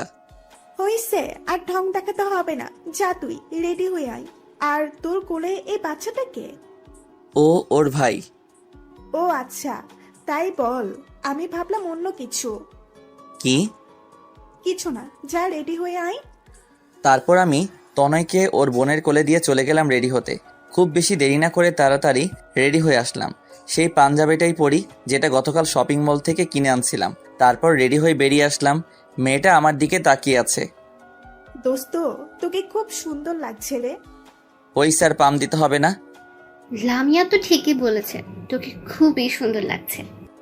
ওকে, থ্যাংক ইউ। আমি মেয়েটার দিকে একবার তাকাইলাম, দেখলাম মিটিমিটি হাসতেছিল। তাই আর কিছু না বলে বেরিয়ে পড়লাম। গন্তব্য কাজী অফিস, যা শুধু আমি আর আমার বন্ধুরা জানে। মেয়েটা এখনো জানে না। ওকে এখনো বলিনি যে আজকে ওকে বিয়ে করব। সবাই গাড়িতে চড়ে বসলাম। কিছুক্ষণ পর কাজী অফিসে চলে আসলাম। মেয়েটা গাড়ি থেকে নেমে অবাক হয়ে আমার দিকে তাকিয়ে রইল কিছুক্ষণ। এখানে কেন আনলে? এখানে লোকে কেন আসে? মেয়েটি চুপ হয়ে গেল। বুঝতে পারলাম ওর খুব ভয় হচ্ছে। কেন তা আমি জানি না, কিন্তু ওর চোখ মুখে একটা ভয়ের ছাপ দেখতে পেরেছিলাম। কি হলো, চুপ করে আছো যে? না মানে কি বলবো বুঝতে পারছি না, তুমি আমাকে আগে বলনি কেন? আগে বললে তুমি কোনোদিনও রাজি হতে না, আমি জানি, তাই বন্ধুদের বলে সব ব্যবস্থা করে রাখছি। মেয়েটি আর কোনো কথা বলল না। তারপর চলে গেলাম ভিতরে। সবাই ভিতরে গিয়ে দেখলাম বন্ধুরা সব হাজির। মাঝখান থেকে রাকিব বলে, দোস্ত, ভাবি দেখতে কিন্তু সেই। হারামি, নজর দিবি না, তোর ভাবি লাগে। হুম। তারপর সবাইকে সাক্ষী রেখে কাজী সাহেব আমাদের বিয়ে করিয়ে দিলেন। সবাই অভিনন্দন জানিয়ে বিদায় নিল। পরে আমি আর মেয়েটা গাড়িতে গিয়ে বসলাম। পুচকুটা ওর আপুর কোলে বসে আছে। মেয়েটার মুখের দিকে তাকিয়ে বুঝতে পারলাম ওর মধ্যে এখনো ভয় কাজ করছে। তাই আমি ওর হাতটি ধরে বললাম, ভয় পেও না, আমি আছি তো তোমার পাশে। সব সময় সব পরিস্থিতিতে তোমার পাশে থাকবো, কথা দিলাম। মেয়েটা আমার কথা শুনে কিছুটা স্বস্তির নিঃশ্বাস ফেলে। তারপর আপন মনে গাড়ি চালাতে লাগলাম, গন্তব্য বাড়িতে যাওয়া। কিন্তু কে জানতো বাড়িতে আমার জন্য আরেকটা সারপ্রাইজ অপেক্ষা করছে। চলুন জানা যাক কি সেটা। আপন মনে গাড়ি চালাচ্ছি, দুজনেই চুপচাপ। আমি এই ভেবে খুশি যে মেয়েটাকে সারা জীবনের জন্য আপন করে পেলাম, কিন্তু মেয়েটাকে তেমন একটা খুশি দেখছি না, কারণ ও এইভাবে আমাকে বিয়ে করতে চায়নি। ও চেয়েছিল আমার আব্বুর অনুমতিতে আমাদের বিয়েটা হোক, কিন্তু মেয়েটা তো জানে না আব্বু এই বিয়েটা মেনে নিবে না, তাই তাড়াহুড়ো করে বিয়েটা করতে হলো। মেয়েটার এভাবে চুপচাপ থাকা আমার একটু ভালো লাগছে না। সব সময় দুষ্টমি ও হাসি ঠাট্টা করা মেয়েরা যদি মুখ গোমরা করে বসে থাকে তাহলে কেমন লাগে আপনারাই বলুন। যাক, সেই সব কথা বাদ দেন। আপন মনে গাড়ি চালাতে চালাতে বাড়ির সামনে চলে এসেছি। আরে এ কি, এটা তো আব্বুর গাড়ি। কিন্তু আব্বুর গাড়ি এখানে কেন? আব্বুর তো এখন বিদেশে থাকার কথা। তাহলে গাড়িটা এখানে কি করে এলো? তার মানে কি আব্বু?